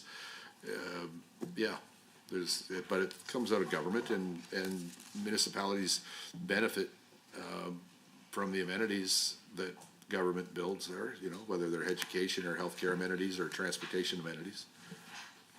All right. No, that's good. Thank you so much. Really appreciate the explanations. And with that, I'm going to cede my time to my good friend from Drayton Valley, Devon. Thank you, thank you. Well, I would probably like to start with thanking Minister for the great work you do. The last couple of years, we were faced with droughts in the south, floods up north, or I should say up mid-north, because it's dry up north as well. We had unprecedented wildfires in the province, in Jasper, in my own riding, Drayton Valley, Devon. We had a lot of fires, and in my life, I went through a fire myself, losing my house. So you've been a pillar through all these disasters in your ministry. You're one of those guys that doesn't waver. You come in, you sit down with the municipalities, and you have a lot of respect in my writing, where municipality says that minister tells us we can do make our own choice, and minister says the better the choice you make, the less I have to do, because if I have to make a choice for you, both of you are not going to like it. So they appreciate and they respect that. So my questions will be today about a little bit about fires, and some of the questions we already went through, but I just want to kind of run by and kind of get some details on it. So I'm going to start with grants in place of taxes, GPOT. We've heard lots talking in the media about grants in place of taxes, or GPOT. And in fact, on page 129 of business plan, mentions that the grants in place of taxes program, which provides municipalities a grant in lieu of property tax for properties in which the government of Alberta maintains an interest. And it has been increased by $17.2 million. And this is a very exciting news for the municipalities. I believe that Alberta municipalities have been vocal about the importance of GPOT. And in fact, I've heard that they passed a resolution asking for GPOT funding to be increased to $60 million. So a couple of questions on that topic here. Can you please tell us the committee here, why it was important to increase GPOT funding to $55.3 million as defined in line 6 and page 174 of the estimates documents? So that's first question. I don't know if you want me to pause there and then. Yeah, sure. I'd love to. Listen, the municipalities asked for it. It is common practice in provinces to, when a government owns a building, to pay a grant in place of the taxes that would be paid by someone other than the provincial government. A few years ago, when the government's finances weren't nearly as good, GPOT got reduced from 100 to 50%. They want it back at 100%. In this year's budget, it's going to from 50 to 75% this year, and 75% to 100% in next year's budget. I think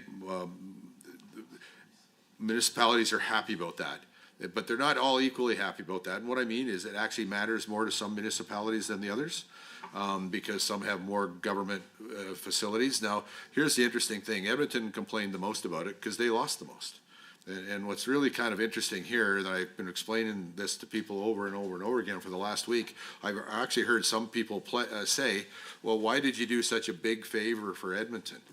Well, we didn't really do a big favor for Edmonton. Remember, when it got cut from 100 to 50, Edmonton took it on the chin. They took the biggest loss, way bigger than anybody else.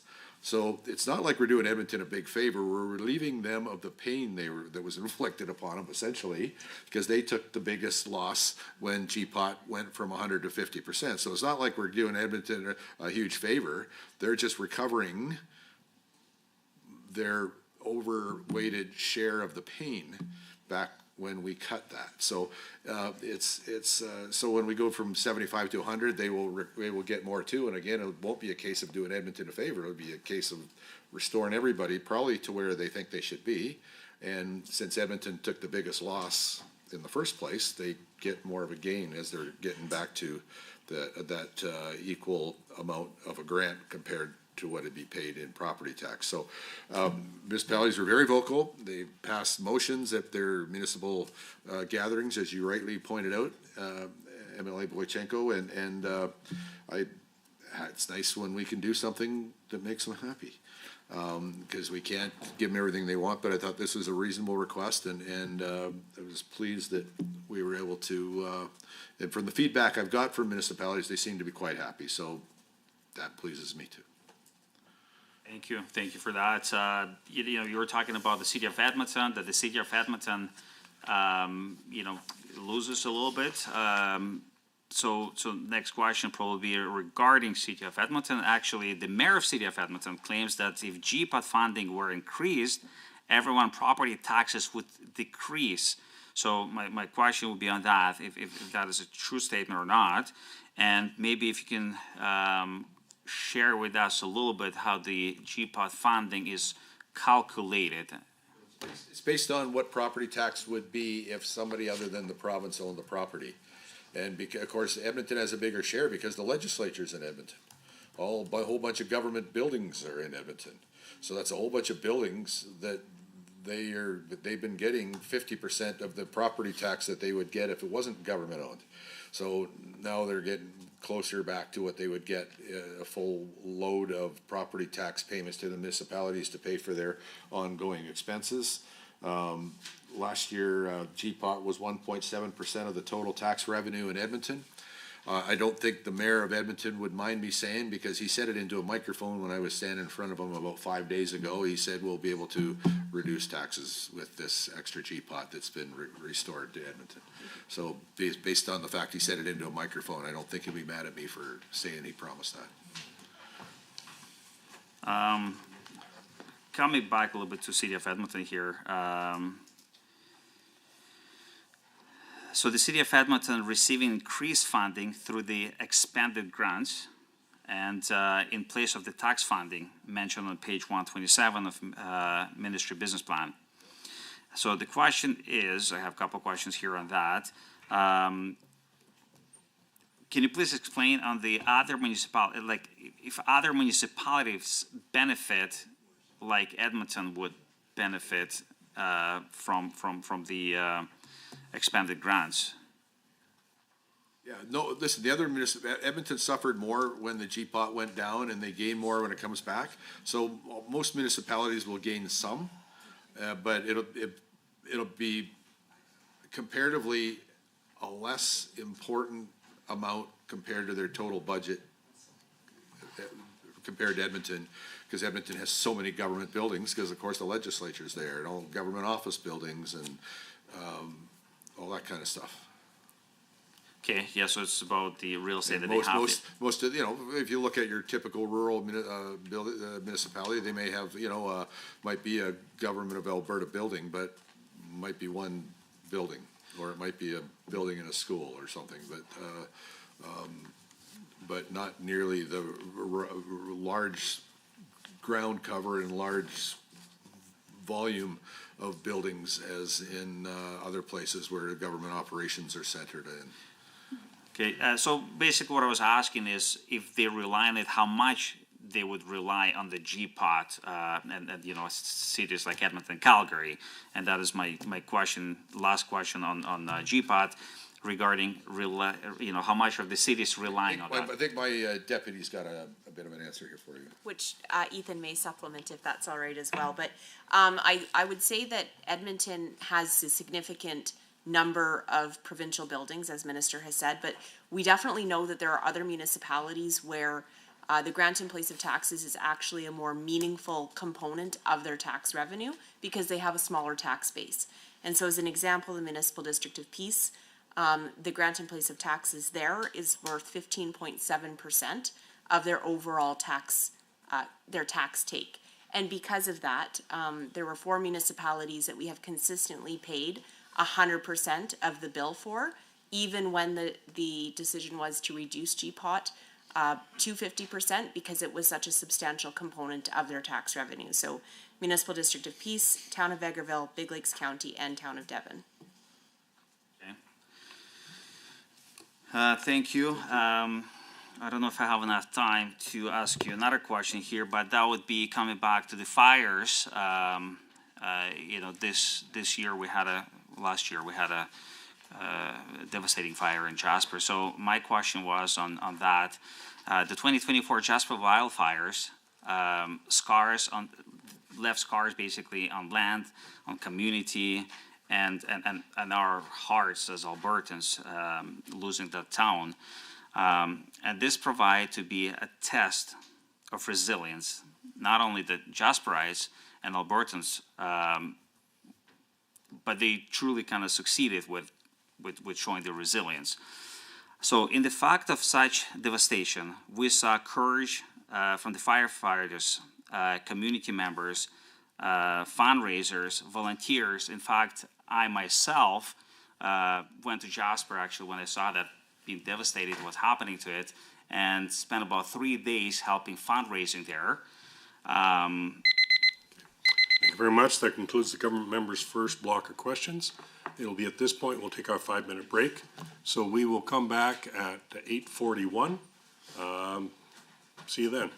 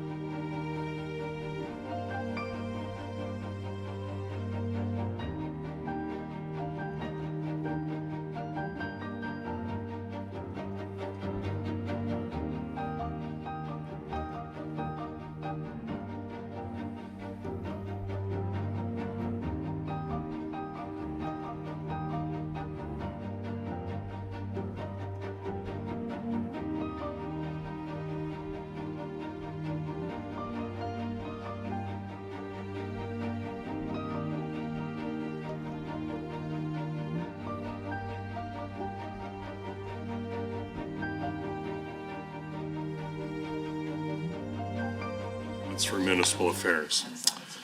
So now we move to our second round of questions and responses. Speaking rotations will be the same. We'll start with the official opposition and go over the government group. I'm going to assume that we're going to share time. If that changes, what I'll do is I'll just get each of you to ask if it's okay to share time instead of me asking that question. So if you're going to share time, it's 10-minute length, and you can't cede your time. So when you start talking, you got to finish that spot. Okay, so we'll start with the official opposition. Go ahead. Thank you, Mr. Chair. Minister, I just wanted to follow up real quick. We were starting to talk about emergency response and firefighters. So in outcomes 3 and then 3.4, it says support Alberta's fire services through funding for training and enhancement communication and collaboration with fire service partners.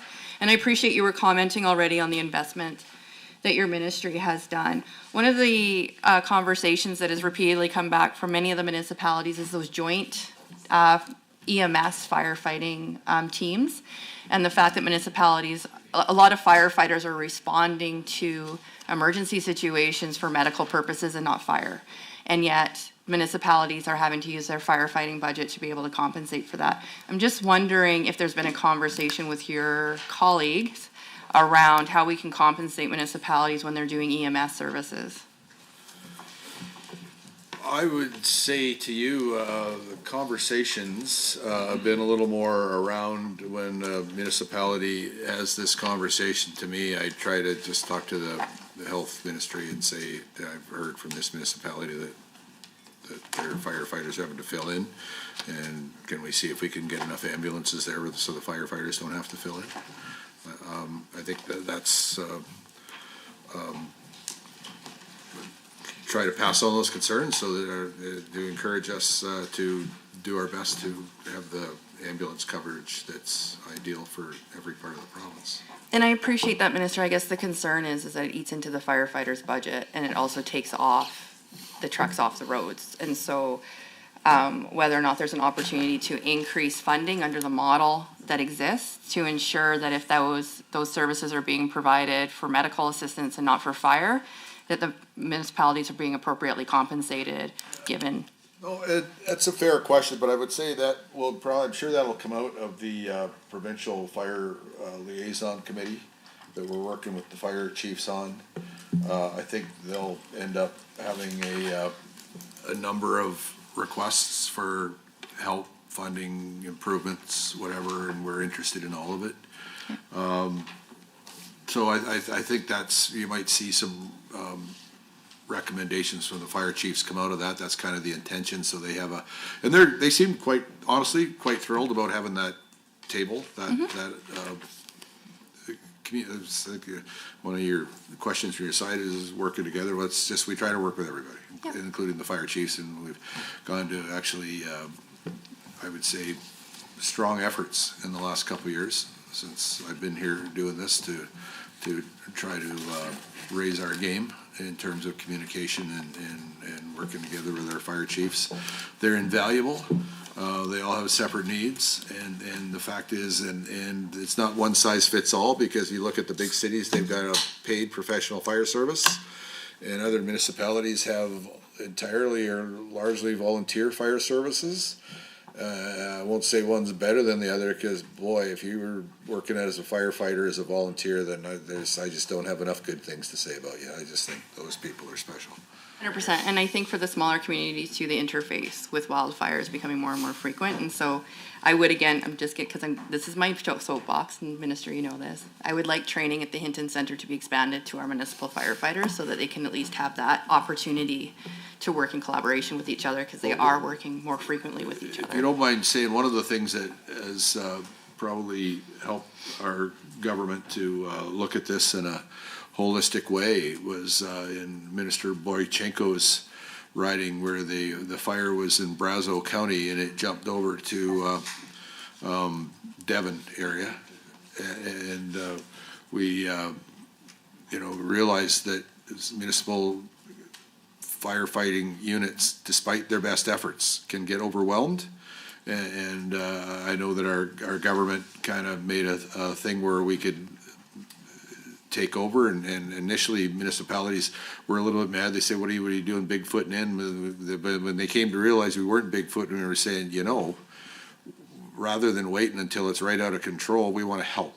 And now, I think now they've come to the understanding that we're more helping than bigfooting in, and that we're, even when we do jump in with our more resources, that we're sharing command with, wherever we can with the local fire chief. And I think they're feeling a lot more comfortable that they're not being ignored, but rather they're being included in the bigger firefighting effort when there's a bigger fire. So, maybe you haven't got everything 100% right, but I think it's well accepted. I think by most municipalities, we're on the right track, and they want to work with us on that, I think. Okay, so moving on, I'm going to move to rural municipalities. Also, one of my focuses. I do want to talk a little bit about line 11 on page 175, which is the local growth and sustainability grant. I recognize that you did speak a little bit about this at the beginning. However, last year's budget did commit that it was going to be 60 over 3 years, year 1, year 2, year 3. My understanding from year 1, which was last year, is that it was oversubscribed, and that many municipalities, especially rural municipalities, were interested in accessing the grant. And now I recognize that you have cut that grant. I'm just wondering, with an oversubscription and a recognition from rural municipalities, especially around their infrastructure needs, why the choice was made to eliminate that grant? Well, you never like eliminating, reducing funding, but sometimes with the budget pressures you have, and even with a deficit budget this year. Listen, the one thing about it, if you have to cut something, this makes sense. Simply because no municipality could legitimately say, you screwed up my budget plans, because it's a grant-based fund, so it's not program funding, where the municipality would have been said, you get $500,000 next year, and now you don't, and we messed up your budget thing. Now, where this is, you can apply and hope you get some, but there's never any guarantee, and if we cut that, at least it didn't mess up their budget plans. Now, I'm sure many municipalities had grand plans to get a piece of that growth and sustainability grant, and I'm sure they all had really legitimate, excellent reasons for it.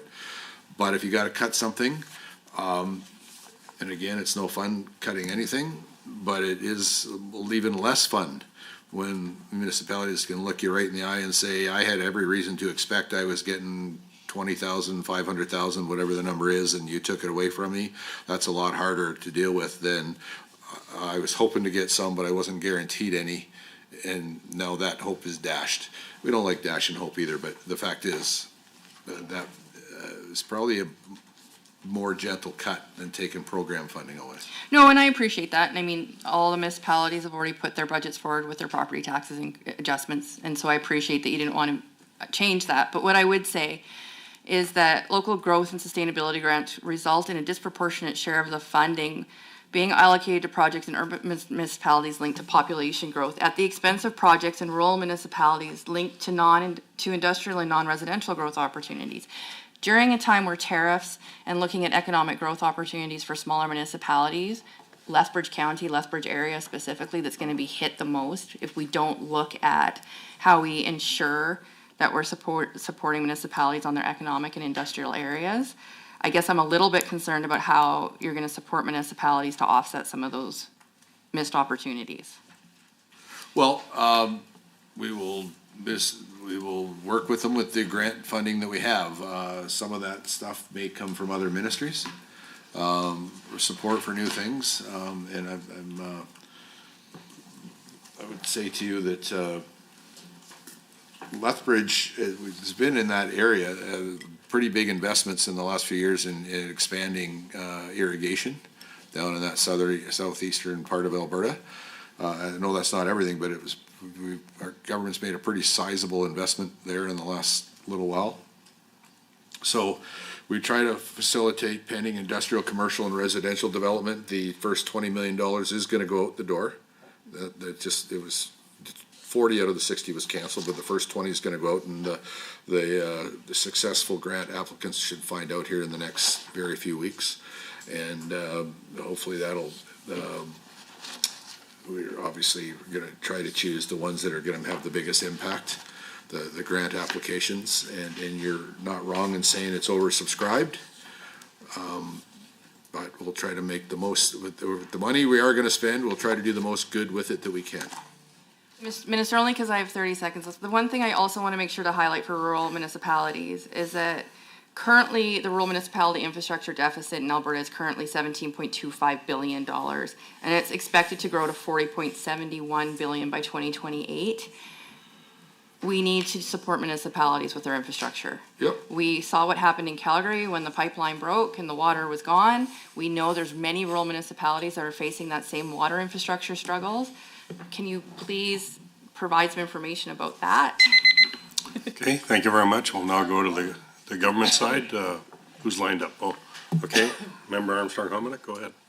Thank you, Chair. Through you to the minister. Are we sharing? Yeah, let's share. I love to share. It's in you to share. Yeah, awesome. Minister, on page 130 of the Municipal Affairs Business Plan, under performance metric 2.A, I want to highlight the percentage of municipalities that met or exceeded the minimum performance targets for financial and governance risk indicators. As stated in the report, 93% of all municipalities across Alberta do not face potential long-term viability challenges which exceed the target for 2025 to 2027. That said, I've spoken to many municipalities across the province, including the ones in my constituency, and I have heard that viability is a concern. This is especially the case for towns and villages, small urban municipalities that are declining in population and ability to attract new growth. Minister, could you please explain to the committee how your ministry has been able to ensure almost all municipalities across our province do not face long-term viability challenges? Well, I'm not sure I can guarantee that. We help where we can. And to be clear, just in the last year, there's been 2 or 3 cases where municipalities have amalgamated or dissolved and gone into the surrounding municipality. We try to help municipalities help each other. I can tell you there's a lot of rural municipalities that actually financially assist their small urbans within them. Like there's a lot of municipal districts and counties that actually give money every year, and sometimes it's like $1 million or $2 million, because it's less expensive to give that to the local town than it is to absorb the local town. So there's a lot of cooperation. And there's a lot of unsung heroes really in the municipalities that help each other, help their neighbors out, and in some cases it does happen. That's part of that ACP grants we have for municipalities where they have to do viability reviews to decide whether they're viable or not. We routinely send municipal affairs professionals out to work with them, help them evaluate how successful they are. We have a process where if they do a viability review, sometimes the council can say, no, we think we can make it, and they'll take some advice from us or one thing or another. And sometimes they take it to their citizens for a vote on whether they want to dissolve or keep going. And we try to assist them. We try to give them good advice. We try to, even if they do decide to dissolve, we try to broker an agreement with them. I mean, it's up to them to agree with their neighbors, but we try to assist in that. And there is some funding, like everything else we do. It's never enough, but there's some funding that can make a difference in easing the pain when municipalities come together. And sometimes tough choices have to be made. So we have great staff in municipal affairs, people a lot smarter than me that go out and talk to these municipalities and help them work together and do that. And I'm proud of the work that our people do in dealing with municipalities of all sizes and helping them deal with the bumps and wrinkles that they run into. Thank you, Minister. And Chair, through you to the Minister. A few weeks ago, I saw that the Ministry of Municipal Affairs news release about the Municipal Internship Program. It seems like a thriving program since there have been almost 400 interns so far. It looks like the program is mentioned on 127 of the business plan. Minister, can you speak more about the cost of the internship program and if it has been an effective program for the ministry? And also, is your ministry planning to continue funding the internship program going forward? Well, we're funding it this year, and I'll be asking to fund it again next year, and we gotta go through Treasury Board and all that good stuff to make sure. But let me just say, I think it's a program we can rightly be proud of. Each of the 16 municipalities receives $60,000 to assist in covering the cost of the intern's salary. And I gotta say, Alberta is riddled with former interns in responsible jobs in municipal government. So there's lots to be proud of. Many municipalities within Alberta are being managed in whole or in part by people that started their municipal career as an intern. They're well received. Their municipalities are thrilled to get them. Like I say, more than half of the 400 participants in the program apparently are currently working in municipal government roles, and many in leadership roles. So I think the program proves its value out in every municipality, but I think it's doubly good in rural Alberta. Because not everybody, listen, every municipality matters. Everybody knows where Edmonton and Calgary is. Not everybody knows where Milk River is, or Lamont, and they're all beautiful communities that I'm naming. But if you get an intern who lands in one of these communities, they could fall in love with the place and end up working their way up within the municipality to have a really great life, a responsible job, and have the satisfaction of making the community where they work better by being part of the management of that community. I think there's a lot to be proud of.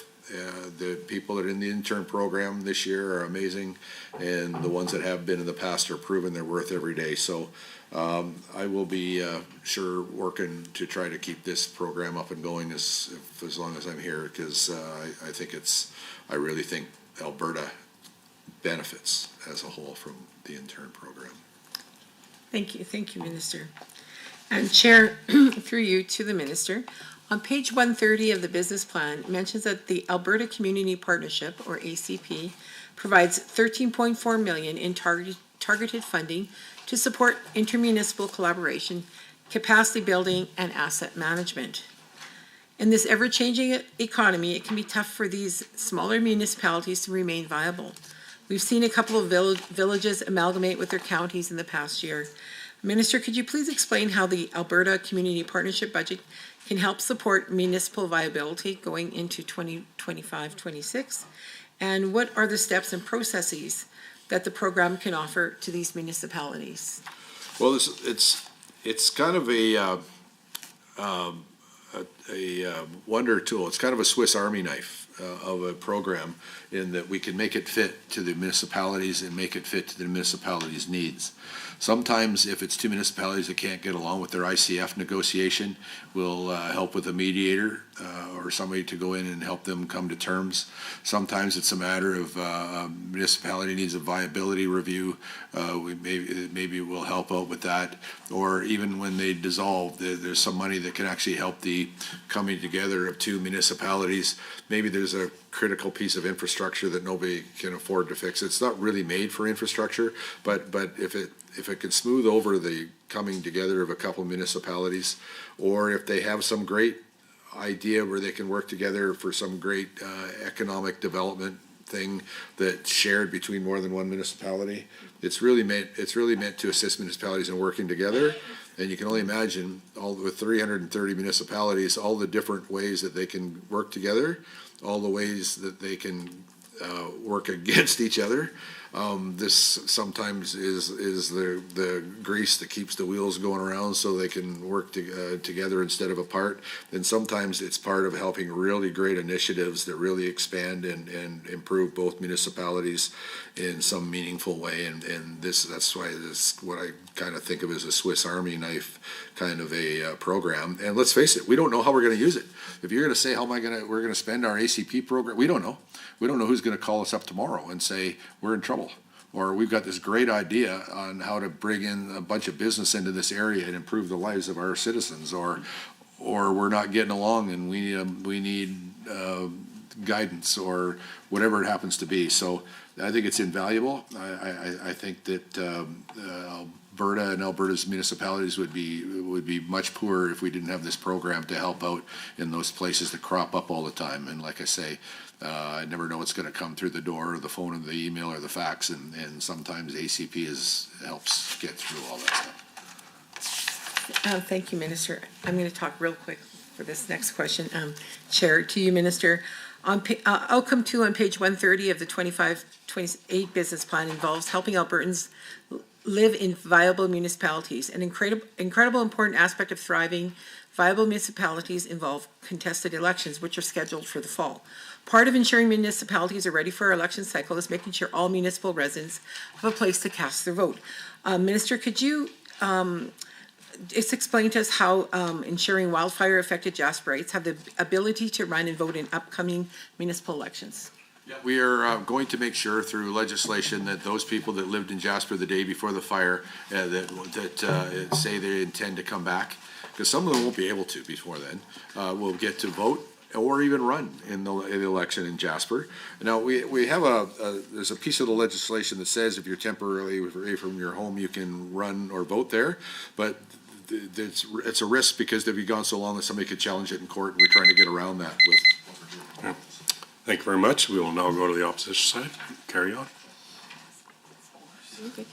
Remember, who is it? Oh, remember, Emily Mia Sherrill. Sorry about that. Great, thank you. I'll get your name down. Thank you, thank you, Chair. Yeah. And to the Minister, in your 2025-2028 business plan, specifically page 129, outcome 1, the plan states that municipalities are strong partners in supporting and enabling economic prosperity in their communities. The plan goes on to say that the government supports municipalities in building the local economic conditions that foster vibrant and prosperous Alberta communities. Minister, Lethbridge has been identified by the Canadian Chamber of Commerce to be in the top 10 communities in the country that will be most negatively affected by the Trump tariffs. 91% of our region's exports go to the United States, $2 billion annually. Live cattle and beef products, processed potato products, processed corn products, raw canola oil and canola oil products, processed vegetables, legumes, vegetable protein. The part of Alberta running from Lethbridge to Medicine Hat is known as Canada's premier food corridor. We have 178 companies that export goods to the U.S. If these tariffs are implemented, it will cause a 19.4 reduction in our region's GDP, which is $6,000 per person roughly. Can you explain to us or tell me what measures has the minister or the ministry taken to assist Lethbridge and Southern Alberta communities to cope with the devastation that may be caused by these tariffs, and where in this budget could the funding be to provide this support? Well, some of the money in the budget may be from beyond municipal affairs. I will say that, and I'm not really giving you a bad time when I say, what tariffs? And what I mean by that is the guy down south changes his mind every day. He's had more rollbacks than Walmart. I mean, so one day tariffs are on, the next day tariffs are off. One day it's on aluminum, the next day it's on agriculture. My goodness, if you can keep up, you're smarter than me, because I'm not sure. So that doesn't take away from the seriousness of your question. Okay, your question is really important, and our government is working hard to keep our eye on the ball and try to be as nimble as we can.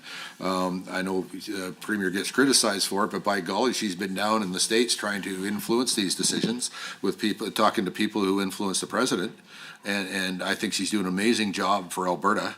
And we get information from her and our other colleagues that go down there, and I think we should be thanking them for doing that, because I think Alberta's leading the way in Canada in trying to figure out what's happening. I don't think anybody really knows. I don't know, seriously, of the guy that's making these calls. I don't know how much whether he wakes up in the morning and makes a decision, or whether he knows 6 days ahead that he's going to go stop, or whether I just don't know. I can't quite catch a pattern that I can discern, but we'll be there. We'll be nimble, not just in my ministry, but in other ones too. And you're right to say Lethbridge is important, but a lot of the economic development funds is not necessarily in municipal affairs, and so I'm not giving the answer. It's not my ministry, but because that's true, I could. But your question does actually apply to municipalities as well, because they're part of it.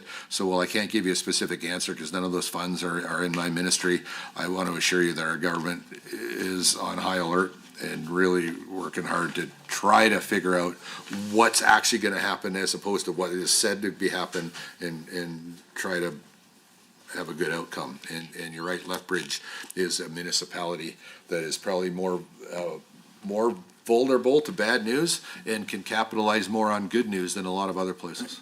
So let me just redirect just a little bit then, given what you said, is that if the tariffs come in, your department then is prepared to advocate for stopgap, assistance funding, supports for communities in southern Alberta that are affected? A lot of what we do when we hear from municipalities, it's not obviously during estimates when I'm talking to municipalities, but it's, they say, I need this, and it's not in our ministry. We try to act as a conduit into government for municipalities, and if our ministry can't help, we try to connect the municipality with economic development or transportation or health or social services, whatever it is, where they got the problem, even justice, if it's a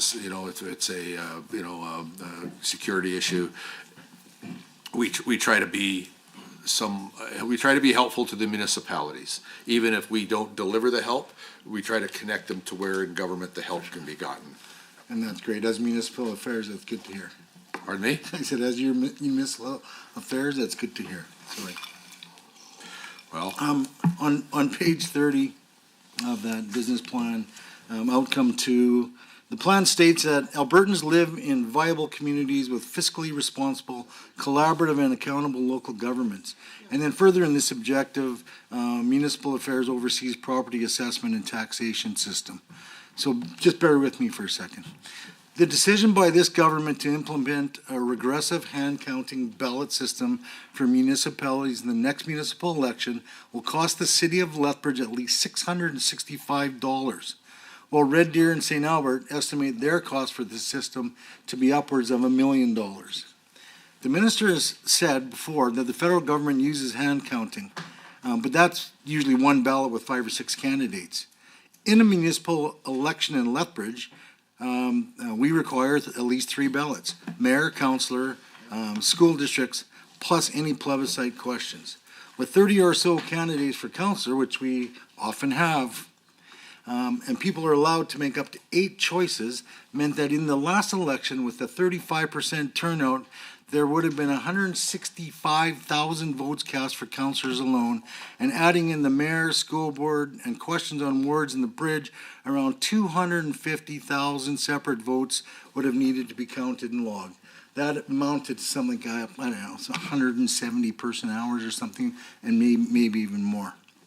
The city of Lethbridge voted unanimously on Tuesday to ask your department and the government of Alberta to allow them to choose whether to use electronic tabulation or manual vote counting in the October election.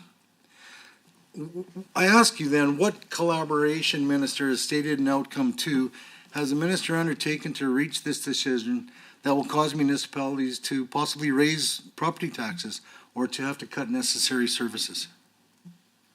Well, they shouldn't have to do that. It's you're talking about 1 day out of 4 years, essentially, when the election is, and frankly, this is about confidence in the election. You know what? And you're a former municipal councillor, as your friend to the right, and as I am. What matters is that after the election, people respect and have confidence in those that are elected and accept that they have the authority to pass bylaws that you got to live by. And when you've got a high percentage of people that don't trust machines, I think it's really important that the day after the election that people respect and accept who is legitimately elected and legitimately has the authority to make changes. You talked about how many votes are cast in the last election. 28,000 people in Lethbridge, I believe, voted. So at $300,000 in additional expenses, this Lethbridge just think it's going to take $10 to count every ballot. I know they want to make a point, but I think they might want to go back and revisit that. They also said in their thing, their words, not mine, that it will take what did they say? 4 people 40 seconds to count each ballot. Or it's just like that doesn't. Sorry, but to me to count a ballot doesn't seem to be that. At any rate, we're doing it, my friend. You asked a question, and the straight-up answer is the legislation is passed. And in the same way that I expect people to respect the bylaws that a municipality passes, the municipalities are going to have to follow the provincial legislation when they run the next election. Understandably, Minister. However, you repeatedly stated tonight that listening to municipalities is important and has been a consistent component of your ministry. Yeah. So that doesn't mean that you're prepared to listen to the 85% of municipalities that are opposed to this measure. You know what, I have a responsibility to make sure that the results are accepted, and that is, I take that responsibility seriously. It means, listening doesn't always mean you agree. I think you would recognize that, and this is a place where I guess we disagree. We listen, and the other thing is we need to listen to all Albertans, and about 40% of Albertans don't trust the machines, and out of the other 60, half of them aren't sure. So, and the common boss between our government and the municipal government is those Albertans, where 40% don't trust the machines and another 30% aren't sure. So then that's those are the other ones we have to listen to, and as does the municipality, and we're doing our best to do that. And listen, sometimes the municipality doesn't like the rules that the province puts in place, and they're free to complain, as Lethbridge did. But we will expect them to follow the rules. Thank you very much. Our, from government side now, Member Hunter, go ahead. Thank you, through you, Mr. Chair. To the Minister, I wanted to just bring your attention to page 129 of the Ministry Business Plan. And under key objective 1.3, I can see that the ministry has been working on collaboration with municipalities to refine a legislative and regulatory framework that minimizes red tape and investment barriers across Alberta. And being that I was one of the first to set up a red tape reduction initiative in this province, I applaud you for the work that you're doing. And so my question is, could you please explain to this committee what the process of collaborating with municipalities in order to minimize red tape and unnecessary barriers looks like? And how will this practice be kept going forward? Well, okay, that's a great question, but I got to say the answer might be different every day, because each municipality is at different stages of cutting red tape and making things simpler. But here's the thing: we're trying to work with municipalities now to cut housing construction times, and we have just through a different ministry than mine have made a lot of permits, trying to get them to a place where it's an automatic yes or a time limit before it's yes. One of the ways that I'm to do it, and I talked about this to AB Munis last week when I in a speech talked to them. One of my objectives, and I might not get there, and I acknowledge this to them, is say, wouldn't it be nice if we could get to an automatic yes when somebody wants to build a home? Because we need probably 100,000 homes in Alberta now, and another 100,000 after that. And I challenge municipalities to work with me and my staff and in the building industry to say, look, if you as a municipality have a land use bylaw, which you have the authority to do, and then you have zoning laws down to a certain lot where it says on this lot we ask for a R1 home or whatever it is with specs about, you know, setbacks from the sides and maximum height and all that kind of stuff, and challenge municipalities. And I want to work with them, and we will work with them on this, to say how much of this we can do, to say if somebody comes in and says, I want to build a home, and it's exactly what you asked for in the zoning, no variations, no relaxations, the answer should be yes within about 24 hours. Just verify that if somebody wants a variation, they got to justify the variation. But and we might not get there, but I think by starting in our conversation with an aspirational goal like that, and maybe we'll even hit it in some places, I think it's going to be one of the many ways that will spur that as a team with municipalities, that ability to cut red tape, to be more efficient, to get those homes built that Albertans desperately need, whether they're rich or poor. I mean, we need all kinds right now. We're short affordable housing, we're short big homes, we're short medium-sized homes, we're short all of it. So we're going to try to be partners with the municipalities. We're going to try to help them to get there, and we essentially can't do it without them and industry. So we're going to try to bring everybody together to get to that. And that's one area, and there's so many other areas where we can be more efficient with them, or they can be more efficient with us, and we'll keep trying to work with them. I applaud you and your team for getting to that point, and I Well, know your leadership got this thing on the rails, as I recall. well, I appreciate you getting it past the goalpost there, so that's great. I want to turn to page 131 of the business plan and talk about the Fire Services Training Program grant. In 2025-26, this program is budgeted for $500,000, and I know that firefighters and stakeholders asked for this funding to be restored, and I know that in 2024, you were able to provide a one-time increase of $500,000, effectively doubling the fire service training program, so that it's now $1 million for the training grants in 1 year. So I can tell you that I have heard this from councils in my riding. They appreciate this. This is something that was tough for them to be able to come up with the money that they had to do the training, and so they appreciate this. On their behalf, I want to thank you. So, Minister, could you please explain to this committee how successful the training grant has been for Albertans going through this 2025-26 reporting period? Well, I'll only tell you secondhand, because because I hear from the fire chiefs, and their opinion's way more important than mine is on this. And they're pretty pleased with it. They tell me that they've got turnover in their firefighters. The ones with volunteer firefighters, of course, because again, they get more turnover there sometimes because volunteer firefighters still got to eat and still got to make money to pay the rent and buy groceries and look after their families and all that kind of stuff. So when they got new people, nobody wants to send somebody out to look after a fire and not have them come back. Most important thing is our firefighters come back to their families every single day, whether they're getting paid or whether they're volunteered. And the best way to do that is to make sure they know what they're doing by giving them the proper equipment and the proper training. So this isn't the whole thing. We still lean on the professionalism, the experience and the knowledge of the fire chiefs and the senior firefighters to look after the new people. But even they sometimes need updating on their skills, maybe new technology, new science. So the training is important. We bolstered, doubled this year what we normally do, and we'll look at it again next year to see what we have to do. And whatever decision we make will be in consultation with the fire chiefs, because I don't think we can do a good job of making those decisions without hearing from them and talking to them. Right. So how many municipalities, First Nations, and Métis settlements are benefiting from this grant?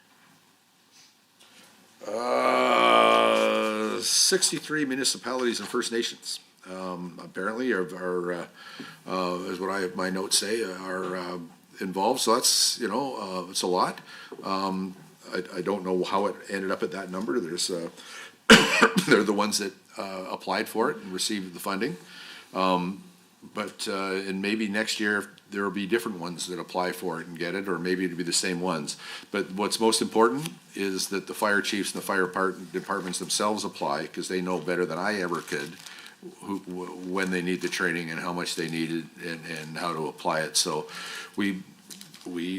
but I will say, we have hired a fire assistant deputy fire marshal that works with the fire marshal, who is a former firefighter, who is a liaison that goes out to talk to those fire chiefs. And I gotta tell you, having somebody from our ministry that goes out and talks to fire and talks the lingo of the firefighter, knows what's said on the firefighting floor and what happens in a building when it's burning, and can communicate on that technical high level with them as a colleague as well as a representative of government is really, I've just got rave reviews from firefighters and fire chiefs about the fact that we send somebody out.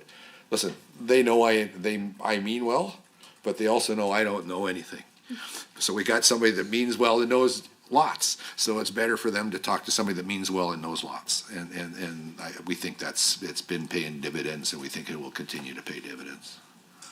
All right, well, really quickly here for my last question, Minister, I noticed that line 2.4 on page 174 of the estimates document talk about the libraries receiving a bump in their funding. And I don't know if you know this, but my wife, who came from a very broken home and very poor, attributes her ability to go to university by her going to the libraries when she was young, getting a love for the reading and books. And she pulled herself out of poverty because of the love of books and getting into university. And so I appreciate the work that you're doing in making sure that libraries are whole and that the funding is getting a bump. So can you just tell us what the that library funding will be going towards? Well, not dissimilar to my question for you, but it's gonna go to what the librarians decide that it needs to go on. And that isn't meant to be give short shrift to your question. It's a super important question, but again, the librarians and the people that manage it are the professionals. We know they're super valuable. Your wife's story is an inspiring one, but as so many other Albertans depend on librarians.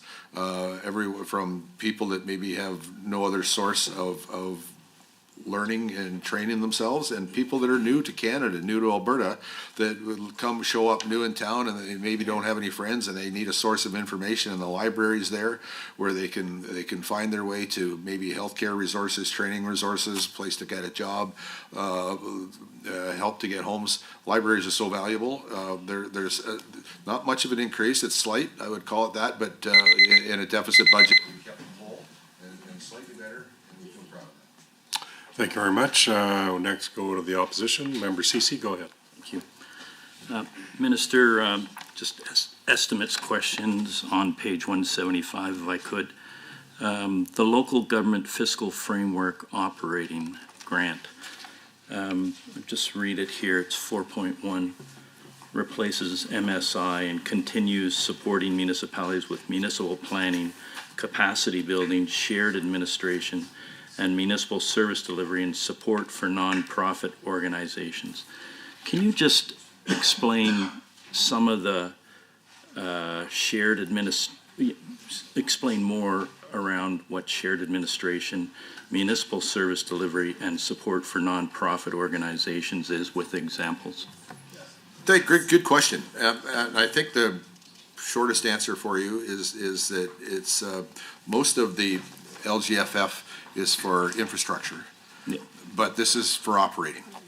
And a lot of municipalities said, we love the infrastructure funding. Of course we do, not backing off on that. But sometimes just with our tax base and what we get from property tax and whatnot, sometimes we end up in a real bind on operating. So when we went from, first 30 million and then up to 60 million on that, municipalities have told us in a very strong way they appreciate that sometimes they need the help on the operating side to pay for administration and that kind of stuff. So it gives, I think it gives municipalities a little bit more of a control where they have more flexibility how to spend the money, and they can make good decisions on behalf of their municipality on things that me sitting in Calgary and Edmonton may not be as aware of as they are. Sure. So just support for nonprofit organizations, which kind of nonprofits would get that money? Any ideas? That's kind of a decision for the municipality. It's about the flexibility. MLACC, it's 10 different municipalities may need to work with 10 different nonprofits, or maybe 20 different between them all. But the point is, it's a local decision, can be made by the local people. Try to respect their autonomy, and with this program, give them more of that autonomy to make good decisions on behalf of their citizens. I don't mean to be pedantic. But a shared administration sort of sounds like it's shared with municipal affairs. Please. If I could, so I'll give an example, and I'm not saying that for sure we know municipalities have used their LGFF operating for this, but there are some municipalities that have, for example, a shared chief administrative officer. So summer villages, for example, we know that I think there's one CAO that does 5 summer villages. Okay. We know that down south we've got again a village that has a contract CAO with another municipality, and so that shared administration could be supported by LGFF operating. Municipality, not shared with your department. You know, the last thing I want to do is run 330 municipality. I wouldn't wish that on my friend or my enemy. All right, we'll move on then. The local government fiscal framework capital, LGFF, came from MSI, and I remember well, Stel. You and I were on city council at the same time when MSI came in. Yep, and Stelmach was the premier, and Bronconnier and Dinosaurs Stephen roamed the earth. Mandel were the two mayors that pushed that. Dirt was young then, yes. Yeah. So what, with the, I like the way it's going up, 820. I don't like the fact that it's going down, but I understand it's dollar for dollar kind of thing and works on that formula, and then goes up to 871. Can you tell me what Calgary's amount of money will be, say, this year, potentially next, and then the year after that? This year for Calgary, LGFF's $255 million. And I got somebody, Ethan, I think is trying to look up next year's. I don't have that quite as at my fingertips. A little less, yeah.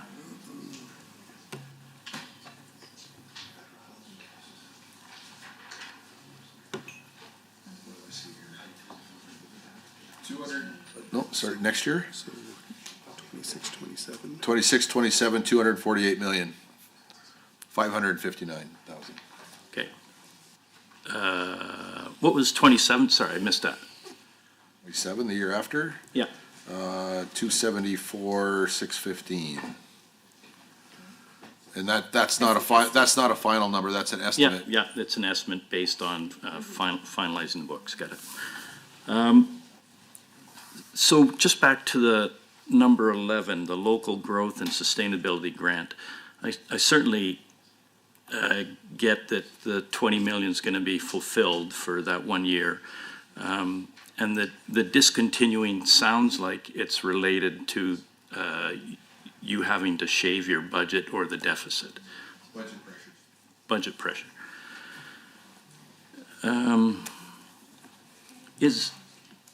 Is there anywhere else in your budget where similar kinds of support will go to municipalities, but not on that line item? Well, I think, sir, you probably have to look at different ministries. I think we talked about the funding from my ministry, and I'm not being evasive here, but we talked about all that, and the Canadian Community Buildings Funds through the federal government. You know, we've negotiated what I think is a pretty flexible system for them. The feds tried to make it less flexible, and I was able to negotiate a more flexible system. But there's economic development stuff through jobs economy. There's roads, bridges, and stuff through transportation.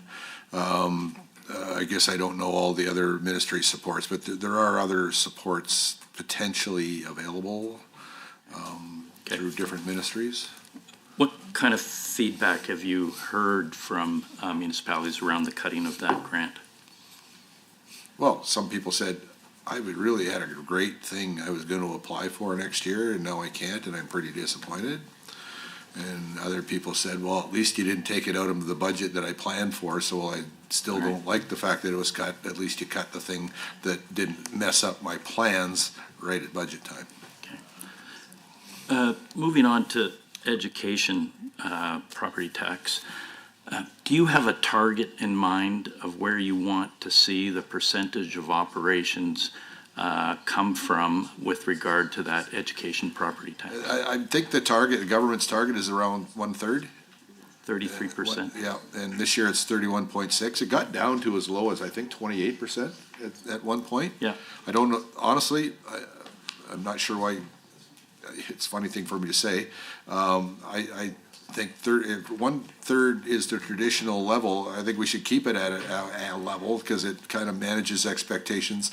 Because it's not one of those things where if you give less money out of property tax to pay for education that you don't have to get it out of somewhere, you do. So I think I'm a fan of it being more consistent. it's okay if you disagree with me, obviously, but I mean, my view, consistency is a good thing, because there's always gonna be kids to educate, and, Yeah, it's oh, important there's that we always do gonna it. be kids educated, for sure, and thank God there is. Right. That responsibility, and, anyway, yeah, when we were government, we were kind of moving it down, didn't, you know, I think 30% was where we wanted to get to, somewhere around there. We got to that, but, is there any, just on the hand counting ballots, is there any support in your budget for that? And I gather you mentioned that municipalities have to probably take care of that themselves, but is there anywhere in your budget where there's support for municipalities to do that with the additional cost? No, municipalities have always had to be responsible for paying for local elections, for municipal elections. That has not changed. That's their budget. Yeah. Did municipal affairs provide grants in the past through one of these budget lines with regard to buying ballot counters? No, I don't believe so. Okay. They did that on their own. I think several times you talked about the importance of contracts and following through for the downtowns around the arenas and agreements like that. A couple years ago, when we were government, many 6 years ago, I guess, when we were government, we made an agreement with Calgary with regard to the. Thank you. We'll be back to you in 10 minutes, sir.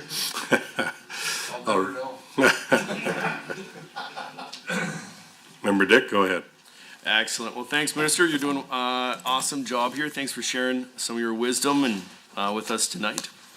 So I have a couple questions here as per the job here. So I'm going to focus my first couple questions on the ministry business plan. So on page 127, just under the fact sheet, we can see that the ministry is collaborating with municipalities and builders to create conditions that will increase housing supply and address housing costs.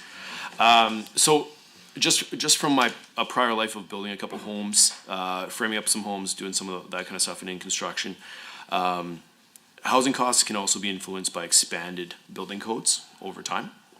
And particularly sometimes more, and this would be more of a multi-family question, but at times unclear codes can sometimes be left open to interpretation, causing increased costs.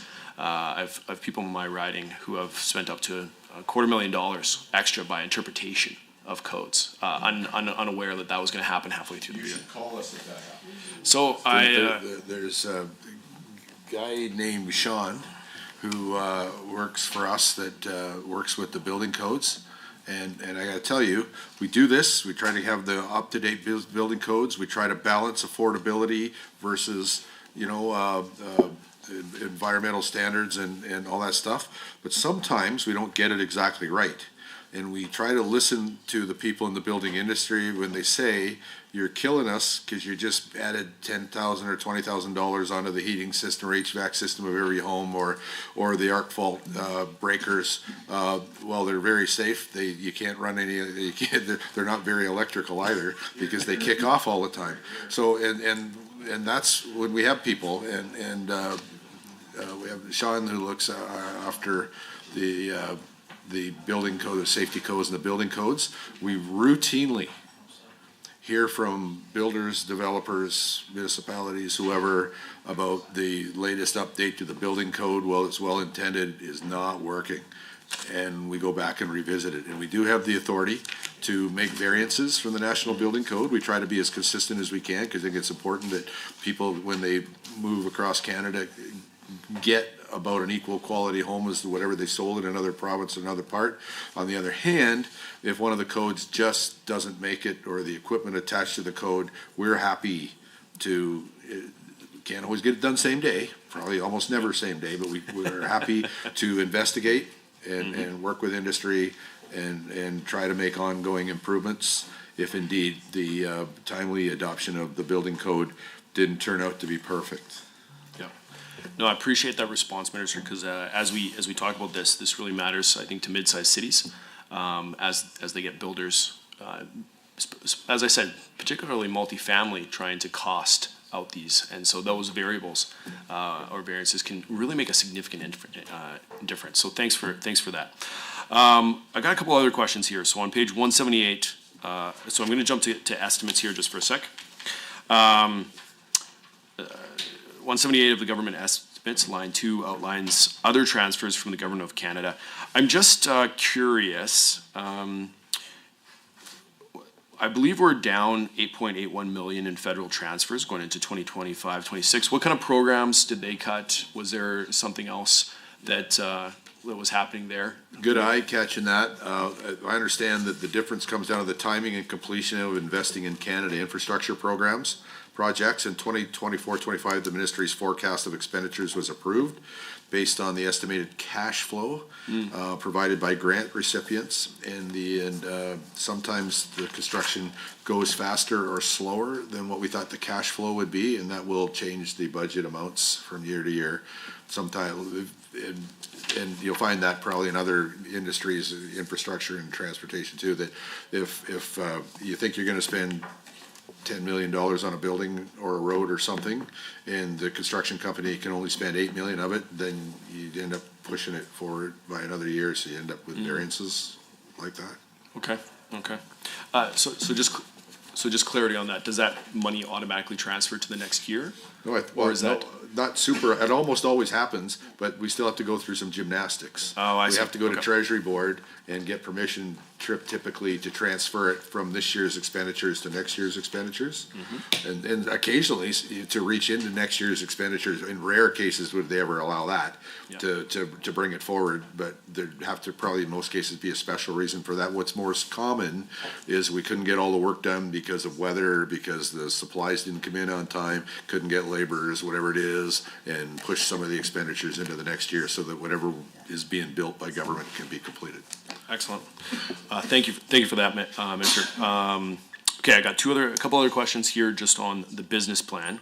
So thank you for being willing to jump back on it. Page 130 of the business plan, the residential protection program outlined under outcome 3. So I've got two questions on this.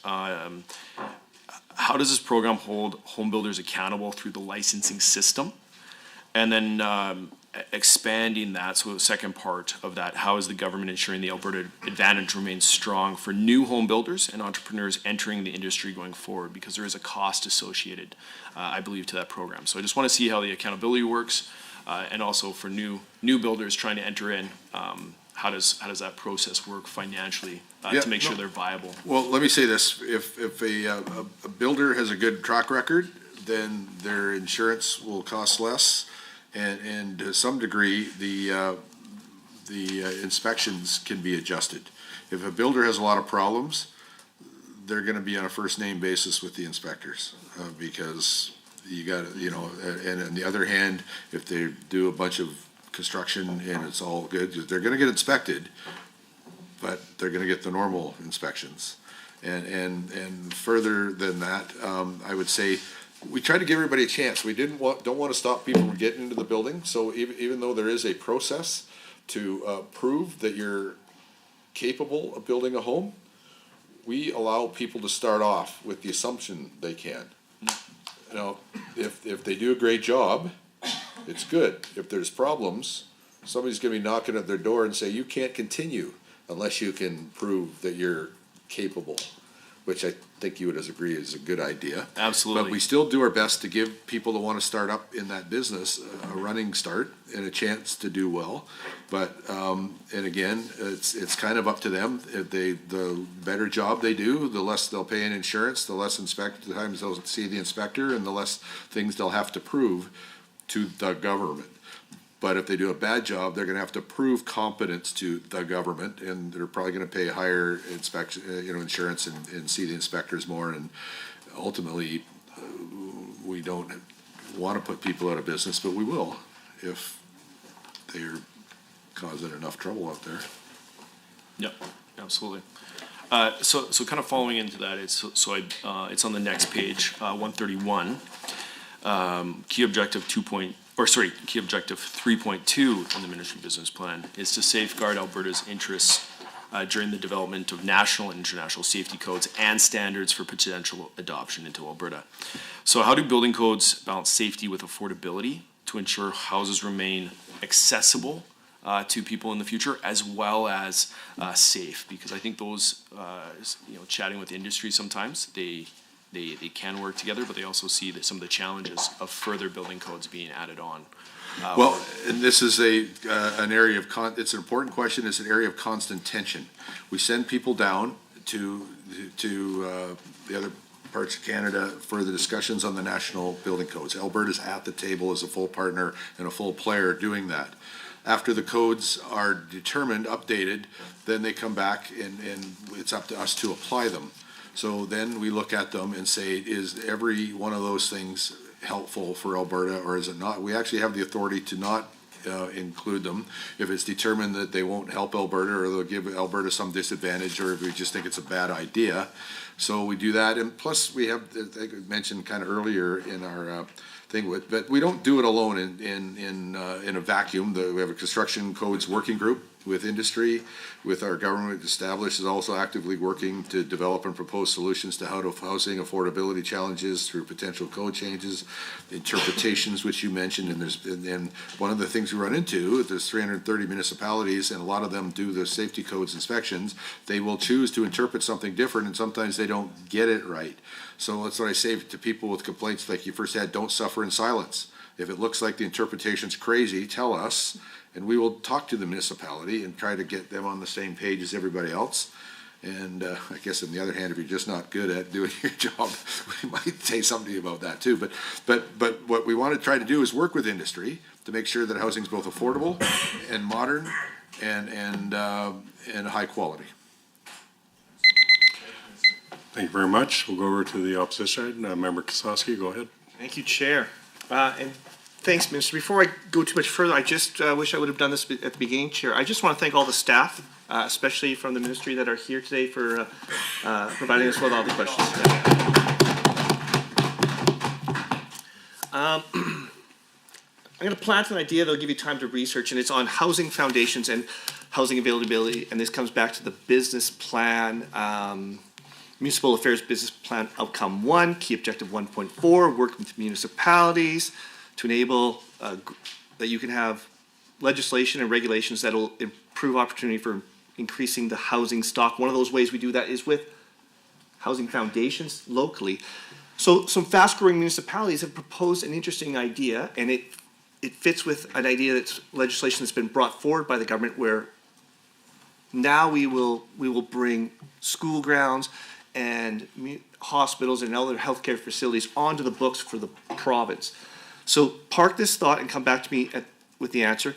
Can the government take properties for housing foundations onto their books to increase the ability for growing municipalities like, let's say, Airdrie, to borrow more funding to expand the housing inventory for their housing foundations? So that's an interesting question I want to get to. Well, I think actually we'll get a little more meat on the bones on that. I think in the case of Edmonton, I think they're doing something like that now, using some of the school sites that they're in control of, and trying to build affordable housing on them. So I guess I can tell you now it's a parcel, yes, but we'll try to get you a bit more detail on the answer. How's that? Good. Yeah, that's good. GPOT, the question has been asked, so I need to ask it. Why not 100% right off the bat? What's holding us back? And was there any consideration of backfilling unpaid grants in place of taxes? There wasn't any consideration by me of backfilling GPOT. But it's, you know what, we're under budget pressures. We managed to get 75% through for this year and 100% for next year, and yep, that's where we are. Okay, and actually I'm feeling like I've had more time, and I was feeling I had to be so rapid through this. But I will, I'll go back to, with Municipal Affairs Business Plan with the expenses and capital expenses for the Edmonton Event Park, but in particular, the village at Ice District and the demolition of the Coliseum and the Edmonton Event Park. We've talked about the memorandum of understanding, which we know you're committed to and council's committed to, but we are in uncertain times, and the business partner may back out. Again, we have non-binding contract right now. It's just a memorandum of understanding. So I think what we need to hear for the city of Edmonton's benefit and for all Albertans' benefit is that, you know, the revitalization and the funding and grants that are tied to these three projects are going to still be in place, especially the grants, if the Oilers Entertainment Group backs out. So we know the province is there with the grants. And I'll remind the minister, you were probably there when the premier said she's going to be ruthlessly fair with City of Edmonton and Calgary. And so when we're looking at grants for these projects, will those grants be in place with or without the Oilers Entertainment Group? Yeah, I'm just not gonna answer a hypothetical question. Right now, there's an agreement, no one's backed out that I'm aware of. Our intention is to honor it. If the situation changes, we'll look carefully at it. But no, the last thing I'm gonna do is tear apart confidence in an agreement that was just signed by saying, what if? Nobody, I've heard no indication, except from you, that there's a party might back out of it, but I'm not sure you actually said they will. You're just saying, what if? And I guess, I hope you'll forgive me, but I'm not gonna play the what if game on you. If the circumstances change, we'll consider the new circumstances. Yeah, and I'm trying to bolster the confidence, Minister, which is saying we're there with or without the Oilers Entertainment Group. We're there with Alberta's communities, Edmonton, Calgary, and the other 228 Alberta communities, come what may. And we'll roll with the punches the best we can, try to be a good partner, try to support them, spend our approved budget with that, or approve it so they can spend it to the best advantage of their citizens, in their citizens' best interest, and we get surprised all the time, and we just do our best to shift gears. Okay, fair. The provincial budget has a lot of directed funding, and back to that LGFF, is it sort of the intention going forward that you'll be looking to put more money in future years into LGFF, or it will be kind of a large portion going to directed funding, which sort of is provincial priorities versus those local priorities? So the LGFF funding is designed to go up and down with the provincial revenue. That's the plan. And that's the plan. That's what I hope to continue to do. You know, it's funny, municipalities, one of the things they ask for is the flexibility to make their own decisions. And LGFF gives them that flexibility. I think it's the best way you can do it for them. And of course, you're depending on the municipalities making good decisions. But again, they're all duly elected like we are. Sometimes if you're duly elected, that gives you authority to make bad decisions. Now, we all hope that our government makes good decisions. We all hope that each municipality makes good decisions. But occasionally, other decisions are made by municipalities, and we try to help them when that happens. But we also respect the fact they're duly elected, and I don't know, like you and I, whoever elected you for 4 years, right or wrong. And when they elected me for 4 years, right or wrong. So vote carefully is the lesson, I think. Good advice. Just looking at the estimates for municipal affairs, and I think it's about capital grants, investing in Canada infrastructure, rural and northern communities, noticing that that's gone down, considering the member for Grand Prairie is here and growing the north is a big focus. What was that led to the federal funding going down for the rural and northern communities? And I hope it's not the answer. I hope it's not Bill 18. No, it's definitely not Bill 18. The projects apparently that were approved are mostly complete, is what I'm told. Which makes sense, I think. Okay. Might as well get back to that infrastructure deficit that gets brought up by all the municipalities, and the numbers are now ranging from 17.2 billion currently to growing by the end of this business plan 2028 to 40 billion. Is there a run to failure approach by this government. It seems to be how the municipalities are receiving it. No, I don't think they are receiving it that way. I guess you may find an example or two where they say that, but I think there's some encouragement from our ministry to the municipalities. Not all of them have it, but we encourage them to have a capital replacement program to kind of keep track of where things are. Now, if run to failure is fine as long as it's on purpose. You know what I mean? If you say the pipe's going to last 40 years or the boiler is going to last for 23 years, and so when the year 22 or 23 comes up, we're going to have enough money to buy a new boiler or fix the old one. I mean, that's planned. But that's not blind run to failure, which I think you're accepting. Just let everything go till it breaks. We encourage municipalities to have a capital replacement program and try to keep track of what they own and and try to be ready to repair it and be surprised less. But you and I both know that surprises happen all the time, right? You got to put a boiler in a building that should last 40 years and it fails after 20. Life happens like that, and municipalities try to roll with the punches. We try to help them where we can, and even the major pipe failure in Calgary, they have a very substantial capital replacement fund, which was more than enough to fix that, but they were still surprised when it happened, and maybe because it didn't last as long as, I don't know, I guess I don't know all the ins and outs. But No, but what I learned from that project is the city was able to plan ahead, and 2 years ago had ordered parts that were replacement parts, which arrived just in time, and so that's nice, but it was...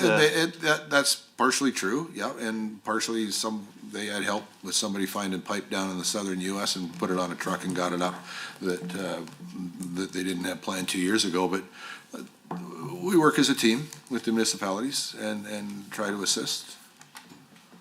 Okay. Appreciate the time tonight, Mr. Minister, and everybody here. Thanks, Chair.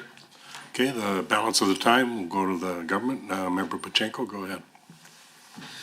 Thank you. It's a long day here today, but Minister, you held up pretty good. Giddy up.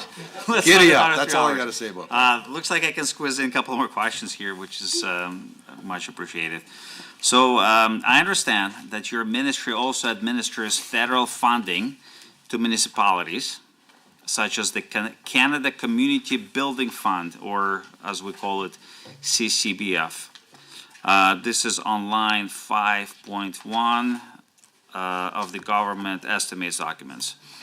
And I know many municipalities were relieved this summer upon hearing that the province and the federal government were able to renew the agreement.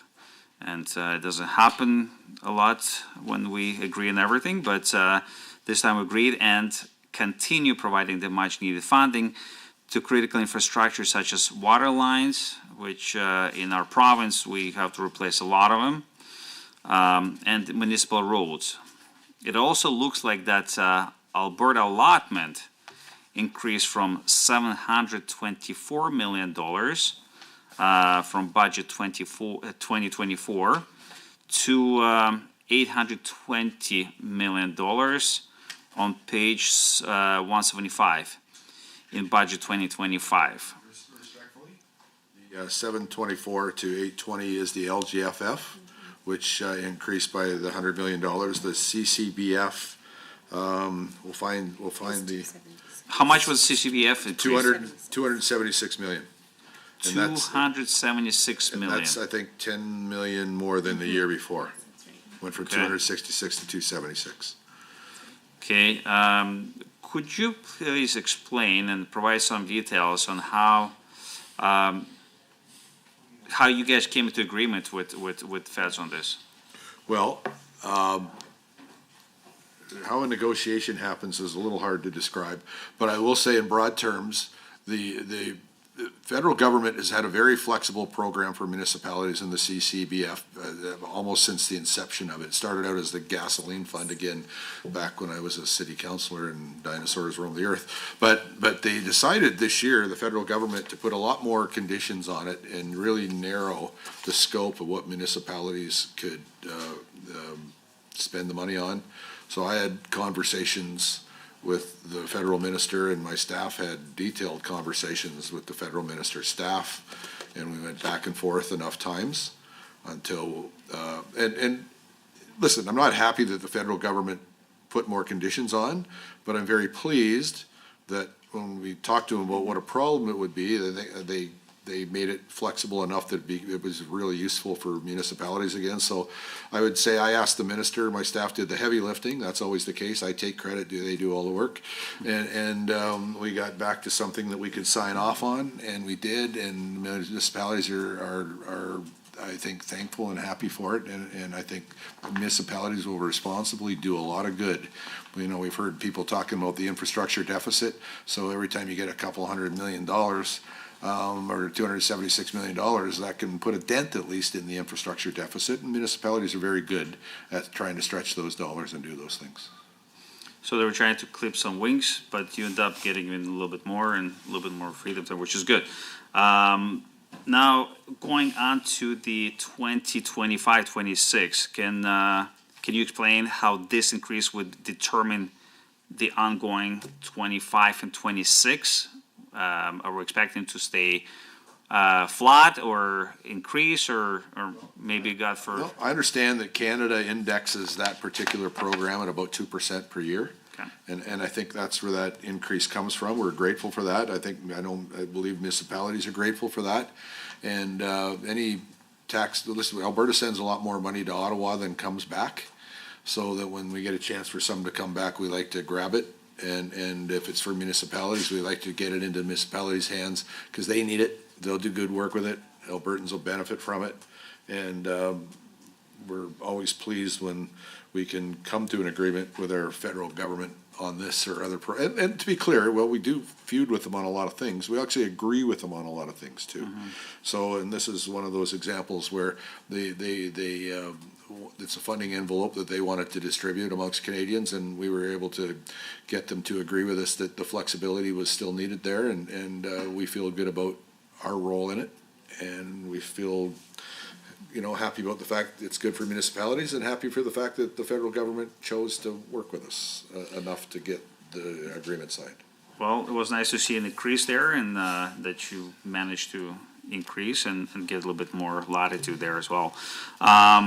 If we can maybe touch a little bit last minute, I guess, on investing in Canada community culture and recreation fund. So I see on page 175 of 25-26 government estimates under line 5.4, I see that the ministry is not expecting to receive funding from the Investing in Canada Infrastructure, Community Culture and Recreation Program. I can also see that last reporting period, ministry welcomed $9.4 million to provide capital funding to items under the Community Culture and Recreation stream. Could you please explain if they applied for any federal funding for the Community Culture and Recreation programs on that? Just looking at this program here. So anyway, since 2018, 19 projects managed across multiple ministries, including mine, were approved and committed, entire $140.3 million under the Investment in Canada Infrastructure Funds Community Culture and Recreation stream. Of those projects, Municipal Affairs really only saw one project under the Community Culture and Recreation stream, the City of Red Deer's GHDA Community Center Expansion Project. Mm-hmm. I think for those that drive between Calgary and Edmonton or up and down that highway, see that right beside Highway 2. Okay. I apologize for the interruption, but I must advise the committee that the time allotted for consideration of the ministry estimates has concluded. Thanks for the good job by everybody. Well done. And Minister, thanks for answering the questions. I'd like to remind the committee members that we're scheduled to meet tomorrow, March 13th, 2025 at 9 a.m. To consider the Ministry of Environment and Protected Areas. Thank you, everyone. Meeting is adjourned.